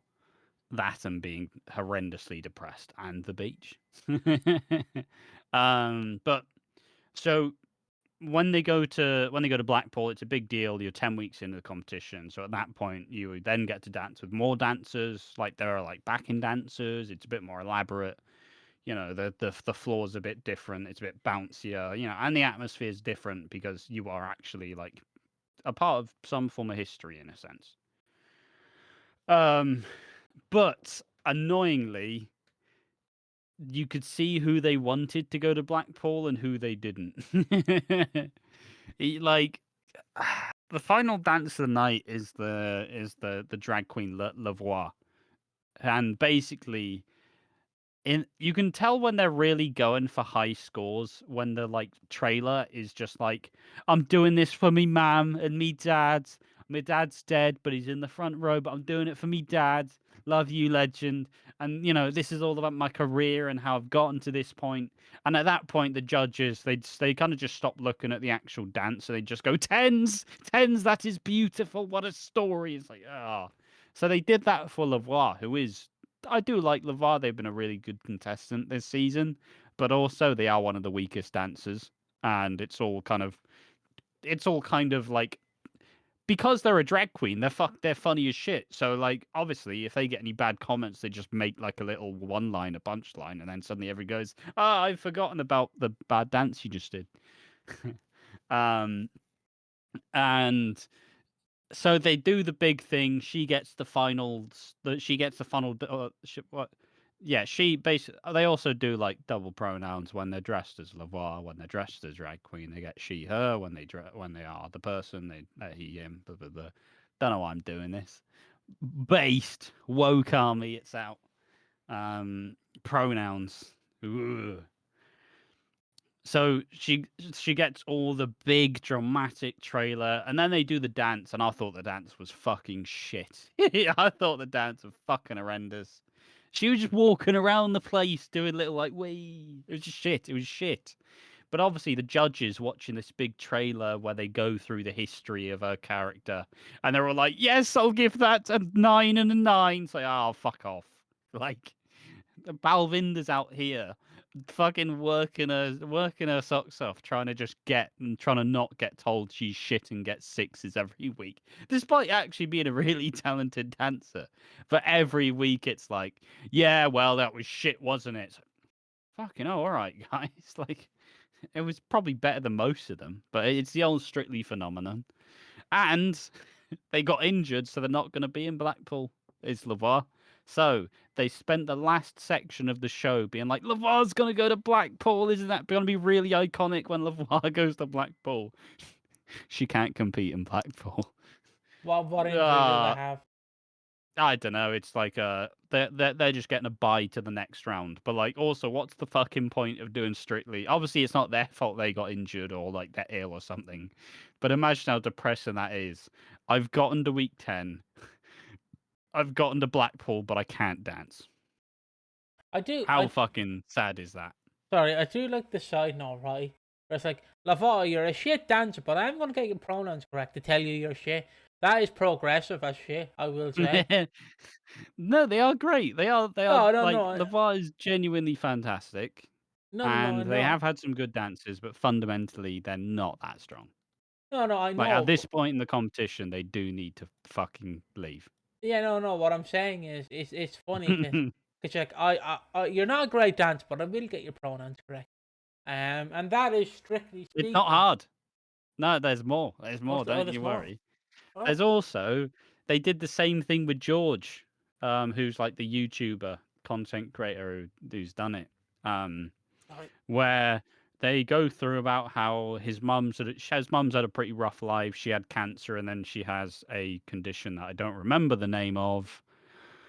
Um, and so it's like, oh yes, and I'm gonna get to do this dance to a song that means a lot to the family and somewhere only we know.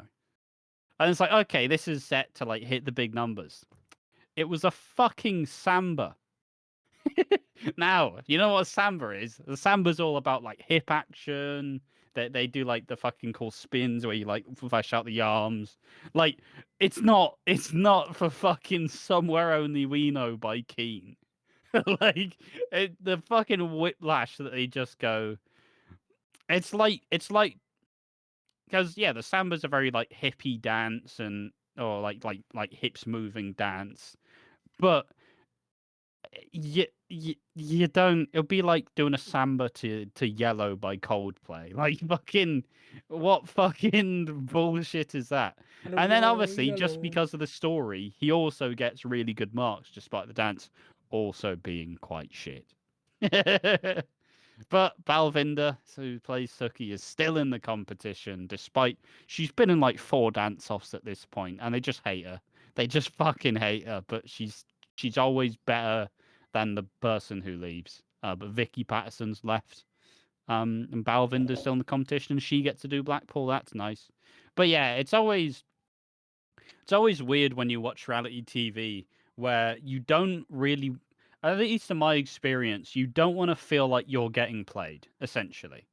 You don't want to feel like, oh, look at this edit and this edit. So, like before, like they show a like teaser, you go, oh, I don't really like insert whoever, and then after the trailer, you're like, oh my god, that's so I love them now. It's like you don't like feeling like you've been played, and I feel like the audience got played to actually get Lavada Blackpool, who's not even gonna fucking dance there. Obviously, no fault of their own. And yeah, it's just weird. Just weird. It's weird when the show kind of sets out who their favourites are. Sorry, I was, But yeah, it was a pretty unremarkable week.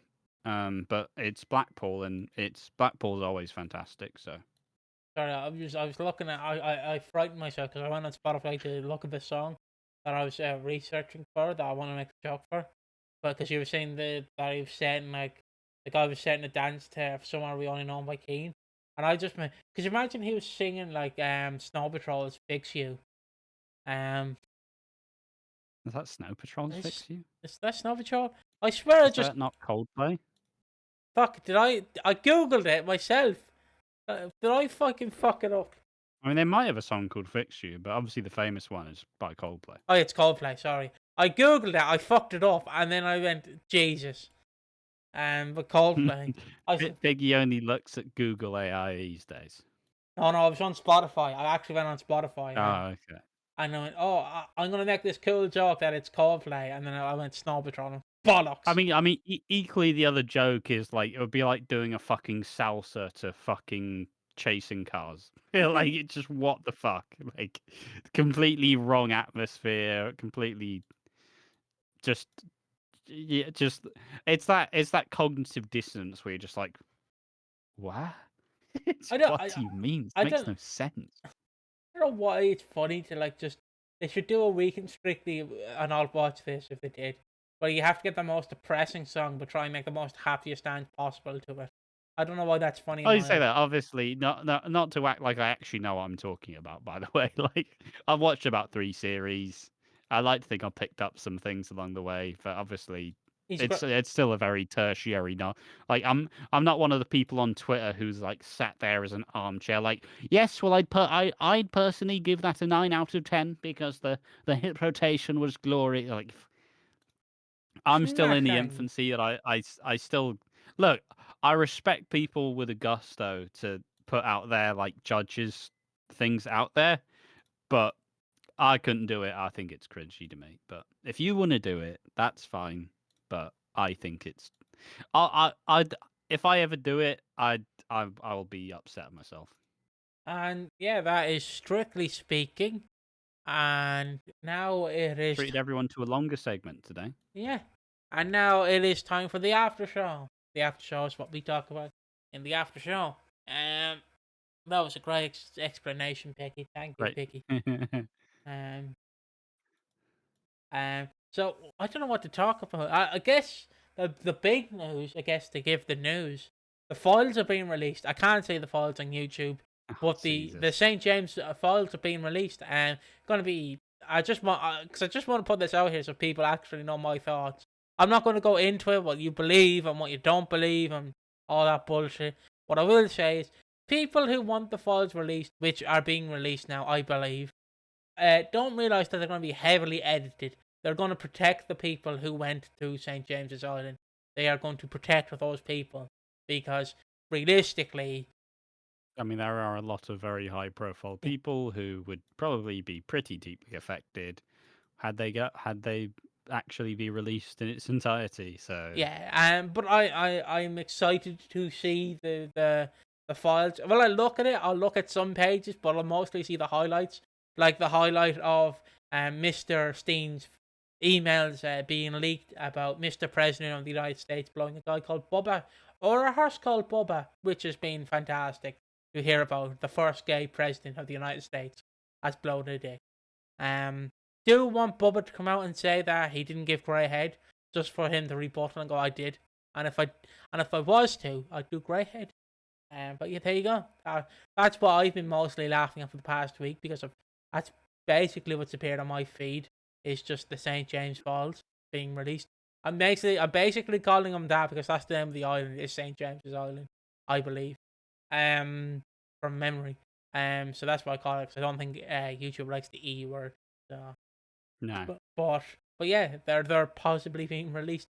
Side note, just one last thing on it. One guy voted no. Because the entire Senate had to vote, right? So it was like 528 people. Like 527 went, yeah, release them. One guy went, no, don't. And I'm like, check his hard drive. Check his fucking. I bet he's getting a great payout for that. I'm just mentally sat there like, check his hard drive, lads. Check his fucking hard drive. What's he hiding? He was like the number one client on that flight log. But yeah, there you go. That's what I just wanted to briefly talk about because I just found that interesting. Well, interesting in a sense. I don't really know how you can. Kind of morbid curiosity, really. Yeah, it's morbid curiosity would be the correct term. But yeah, it's just that's been happening for the past week. I also know the BBC's getting sued as well for $1 billion, which the public will have to pay for. But yeah, there you go. I mean, that's not happening either. Let's be real. Yeah, no, it's not. I've also been listening to "Lonely This Christmas" by Mud, but I've been listening to also the Keir Starmer one. What's the Keir Starmer one called? It's like "No Fuel This Christmas." Um, Yeah, something like that. The whole um, premise is obviously the fuel payments being slashed for the pensioners. It'll be so cold this Christmas without no fuel to heat my home.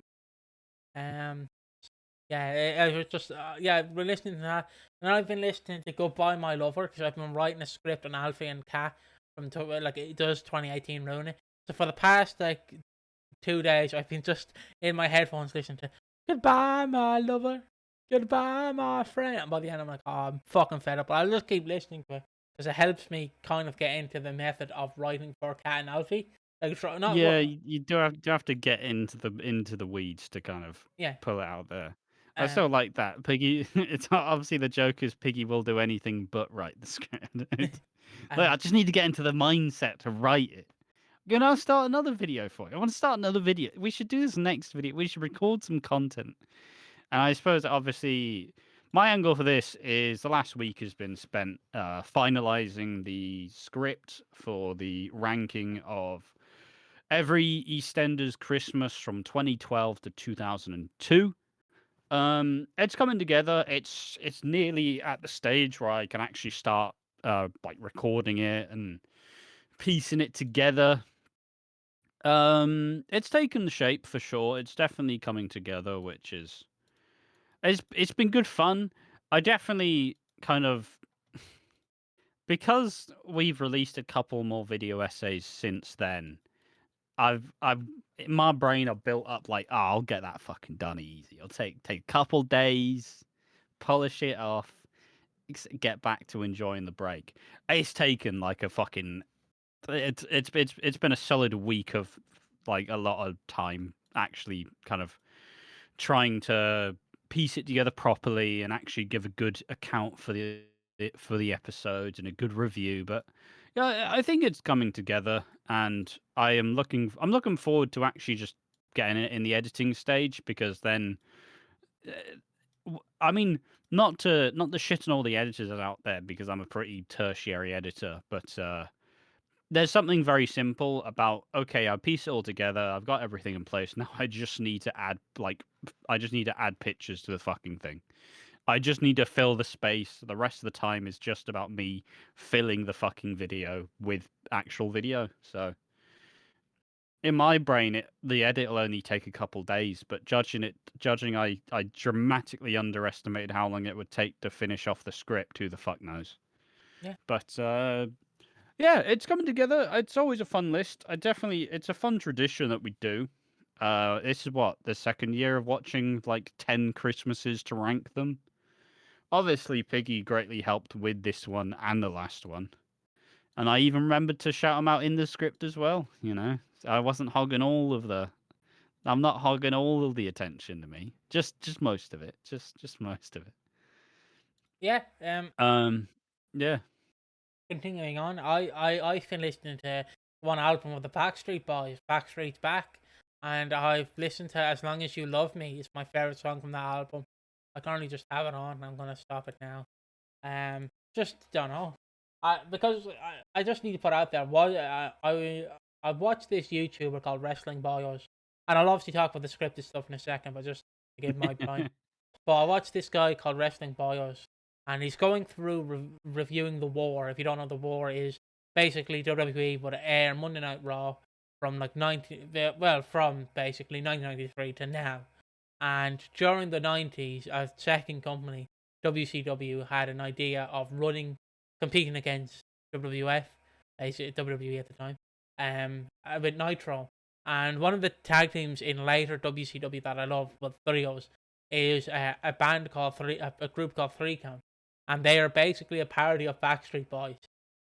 And because of Three Count, I've grown an appreciation for Backstreet Boys. But on it, and Three Count consists of Shannon Moore, Sugar Shane Helms, and Evan Courageous. You might know Sugar Shane Helms as fucking Hurricane from WWE. But yeah, on the Christmas stuff, I tried my best to do what I could with that. There was some Christmases where I could literally name nothing, and then there was others where I wrote pages upon pages. It's just a weird thing I have. I can remember most Christmases, but then when I get to the later stages where it's just like, oh, what's happening? You stole my flower pot. How could you steal my flower pot? I'm going to get angry now, and then nothing's going to happen for the next 30 minutes. And then we're going to have a second part where nothing happens for the next 30 minutes. And it's going to be great. And then the other stuff is just going to be me getting my flower pot back while I push you down the stairs. And I'm like, oh, great. Oh, great. That's fucking woo. Like 2002, I can remember fondly. Same with 03, because I'm writing a script on Cat and Alfie. Say writing, I'm sort of writing it. Hoping I get it finished at some point. I don't know if I will. If not, it'll Fucking be better next too. year. You've been building it. You've been building it up, man. Yeah. If I don't, it'll And be to be out. fair, you have done a lot on it. Like Yeah. that's probably not too far off. If I have to, if it gets delayed, it'll be out next Christmas. Because then all I have to say is I had to wait till Christmas 2025 to watch the what happens with Cat and Alfie in this one. But yeah, if you want to know what I'm doing, basically, I'm covering 2003, 2005, like detailing the two Christmases, detailing them, basically going, this is why it worked. And then when they come back, This being Cat and Alfie. yeah, Cat and Alfie. And then when they come back in 2010, basically going, where did they go wrong? And then the redemption in quotations of Alfie, because 2018, obviously. So I'm sort of doing that, but I have to kind of end the video in sort of like September, October 2025. So I don't add too much post that, because then you can make a part two saying, was Zoe's return really that good? Even though she will be here for the next 5 years. So it's just that sort of thing. I sort of enjoy it. There's like, but the problem is when you just on it, because like even if it doesn't get made, I at least have my piece here on it. It'll get done at some point. It'll get And to be done. fair, it's also the perfect excuse to shut the fuck up about 2018. Like Uh, once you make that video, we have to stop talking about Alfie Moon 2018. we'll It keep has to stop. we'll keep It's joking been about it. like 3 years. We'll keep joking about it, but yeah, It's it's a been 2 years. but like yeah, it's detailing that and where it went wrong. Because my angle, and Ash gave me the correct angle to take it from the audience perspective, but my angle was basically like, how would you realistically forgive someone for such a thing, for what they both said to each other? And in like this week's episodes, Kat sort of references 2018, but doesn't really, because she's like, well, Alfie, if I've been, you weren't such much of a great guy either, were you? That kind of, tongue in cheek. That's what I'm working on. I'm hoping if I get a script done, I'm hoping to have it done by late December, early January, as a kind of thank you to people. I mean, it kind of works as 20 years of Cat and Alfie, Yeah. really. Because it is 20 That's years. the main angle, is to Yeah. get it done. It is 20 years of Cat and Alfie leaving and the return. 5 years later, which, yeah, because also if you look Probably through, shouldn't have happened, let's be honest. it shouldn't have. And if it was to happen, maybe it should have happened later down the line. But also, if you look through the 2010s, you fucking notice something. And it's just me talking about this. I'll get to this in a second. But just on it so far, when you look through the 2010s, it's like Alfie's dating fucking Roxy or Ronnie, and Kat's like dating Derek Brannon, and then she's dating like Kush. And it's like, these people are supposed to be a together item. What are you doing, lads? And it's just I weird. mean, I'd argue it's similar to how people thought when they realized that fucking Mick and Janine were together, and it's like, huh? Yeah, it's that sort of thing. Like, it's just Plus, I'd argue that that to me is why EastEnders started to fall off towards like the late 2000s to the 2010s, because you start to look in like 09, 2010, 2011, and it's like, if the original couple they were introduced as are still together, they're both on like their third affair. They've split up and gotten back together 17 times. Or they're just with someone completely random because they ruined the original thing. And so yeah, it's like, oh, aren't you excited to see Ronnie and Vincent's, huh?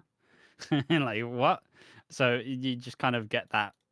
It's just the further the characters are from the general status quo is typically how you can see if the show's in a good place. Because yeah, sure, some of the changes can be really like iconic and it could have some future. Like Phil and Kat, for example, probably could have had a good future if they wanted to go there. But other changes, like as Piggy said, putting Roxy and Alfie together and Derek and Kat together, it's just like It's something's going wrong here. Someone's trying to get a little bit too smart. it's just weird, honestly. It's just a weird, and maybe I'll make a Valentine's video of couples that shouldn't have been. Just, just adding more content ideas to not do the Cat and Alfie script. How about that? But that's possibly a good video to also do. Is couples that shouldn't have been, like regrouped, I guess would be the term. But yeah, and also just on the Christmas script, Ash did a fantastic job. I keep reading it over.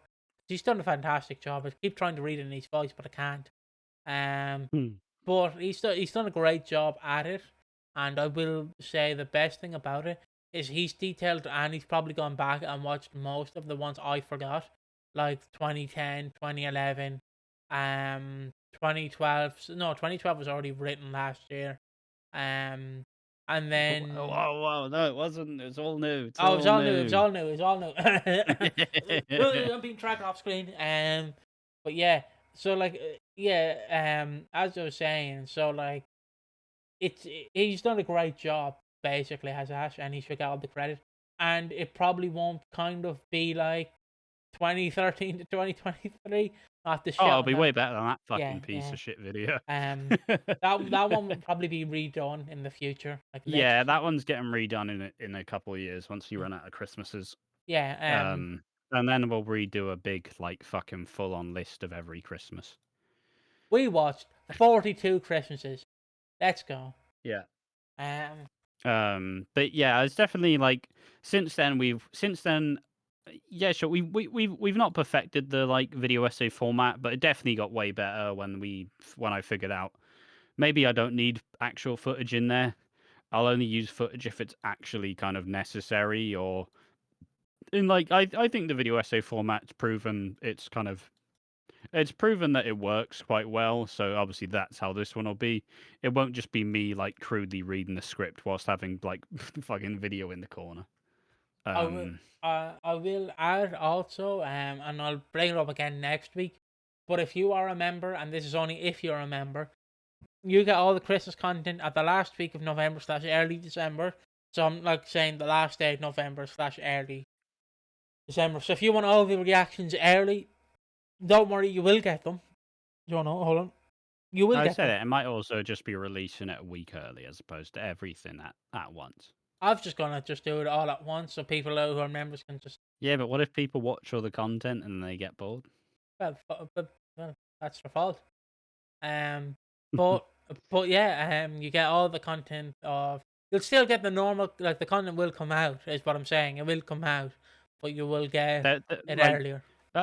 at least in my eyes, there will always be whatever the like cool Christmas content we did that week. I'd imagine that will get released like on the Monday, and then for all of the members, you can watch the stuff that's supposed to come out like a week later. Like that'll come out early for everybody there, and then it means you get some extras, you get some perks for like being a member. And obviously the Christmas video essay will be, I'd imagine, fingers crossed that'll be dropped a week early for members as well. Yeah. And that's basically where we're probably gonna leave it now. It's been 2 hours and 4 minutes. Don't know how we fucking But managed that. I have more. Go ahead. Um, it's just a general kind of, I don't know, like it's been fun. It has been. I mean, like, we could also. I mean, we'll probably talk about the week off like once it's all out, or the weeks off once it's all over. But it's definitely acted as a really good break, and it's also been a good way. It's been good to kind of refresh and like avoid burnout, which is always a factor. I'll never argue that this shit's the hardest thing in the world, because at the end of the day, it's doing like talking head shit about fucking EastEnders and occasionally doing like a researched video essay. It's not that fucking hard. I still wish more people would do it. You know, more people should join in. We'd have a better space if people did. But you know, can't force people. But yeah, the break's been good to avoid burnout. But yeah, I'm looking forward to. I mean, I'm looking forward to the. It's kind of funny the difference, right? Where Piggy's like, "Oh, I'm excited for next year. We can talk about the next Christmases," and I'm sat there like, "I'm excited for this video essay to be done." Because Yeah, obviously because Piggy's not going through like the week of 12-hour editing days that I'm gonna have to sit through in about like a couple of days. He's like, but I'm excited for the next one, and I'm sat there like, next one, huh?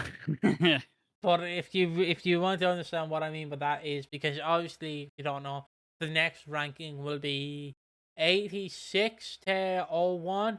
And obviously when we get to 97 or 98, we get to talk about the infamous scrapped Christmas that happened with Brad Mitchell. If you do not know, I will quickly just explain, and trigger warning essay, so skip about 20 seconds ahead. In the basically not finished version of Christmas 98, it was pitched to Ross Kemp that he should SA Tiffany Mitchell on Christmas Day, which Is it Ross not Kemp 97? 97, it might have been 97, which Ross Kemp rightfully so went, fuck off, I'm not doing that, that would kill my character, and you are an idiot for suggesting it. And they went, how about she gets hit by a car instead? And he went, fair enough, yeah, that works. Yeah.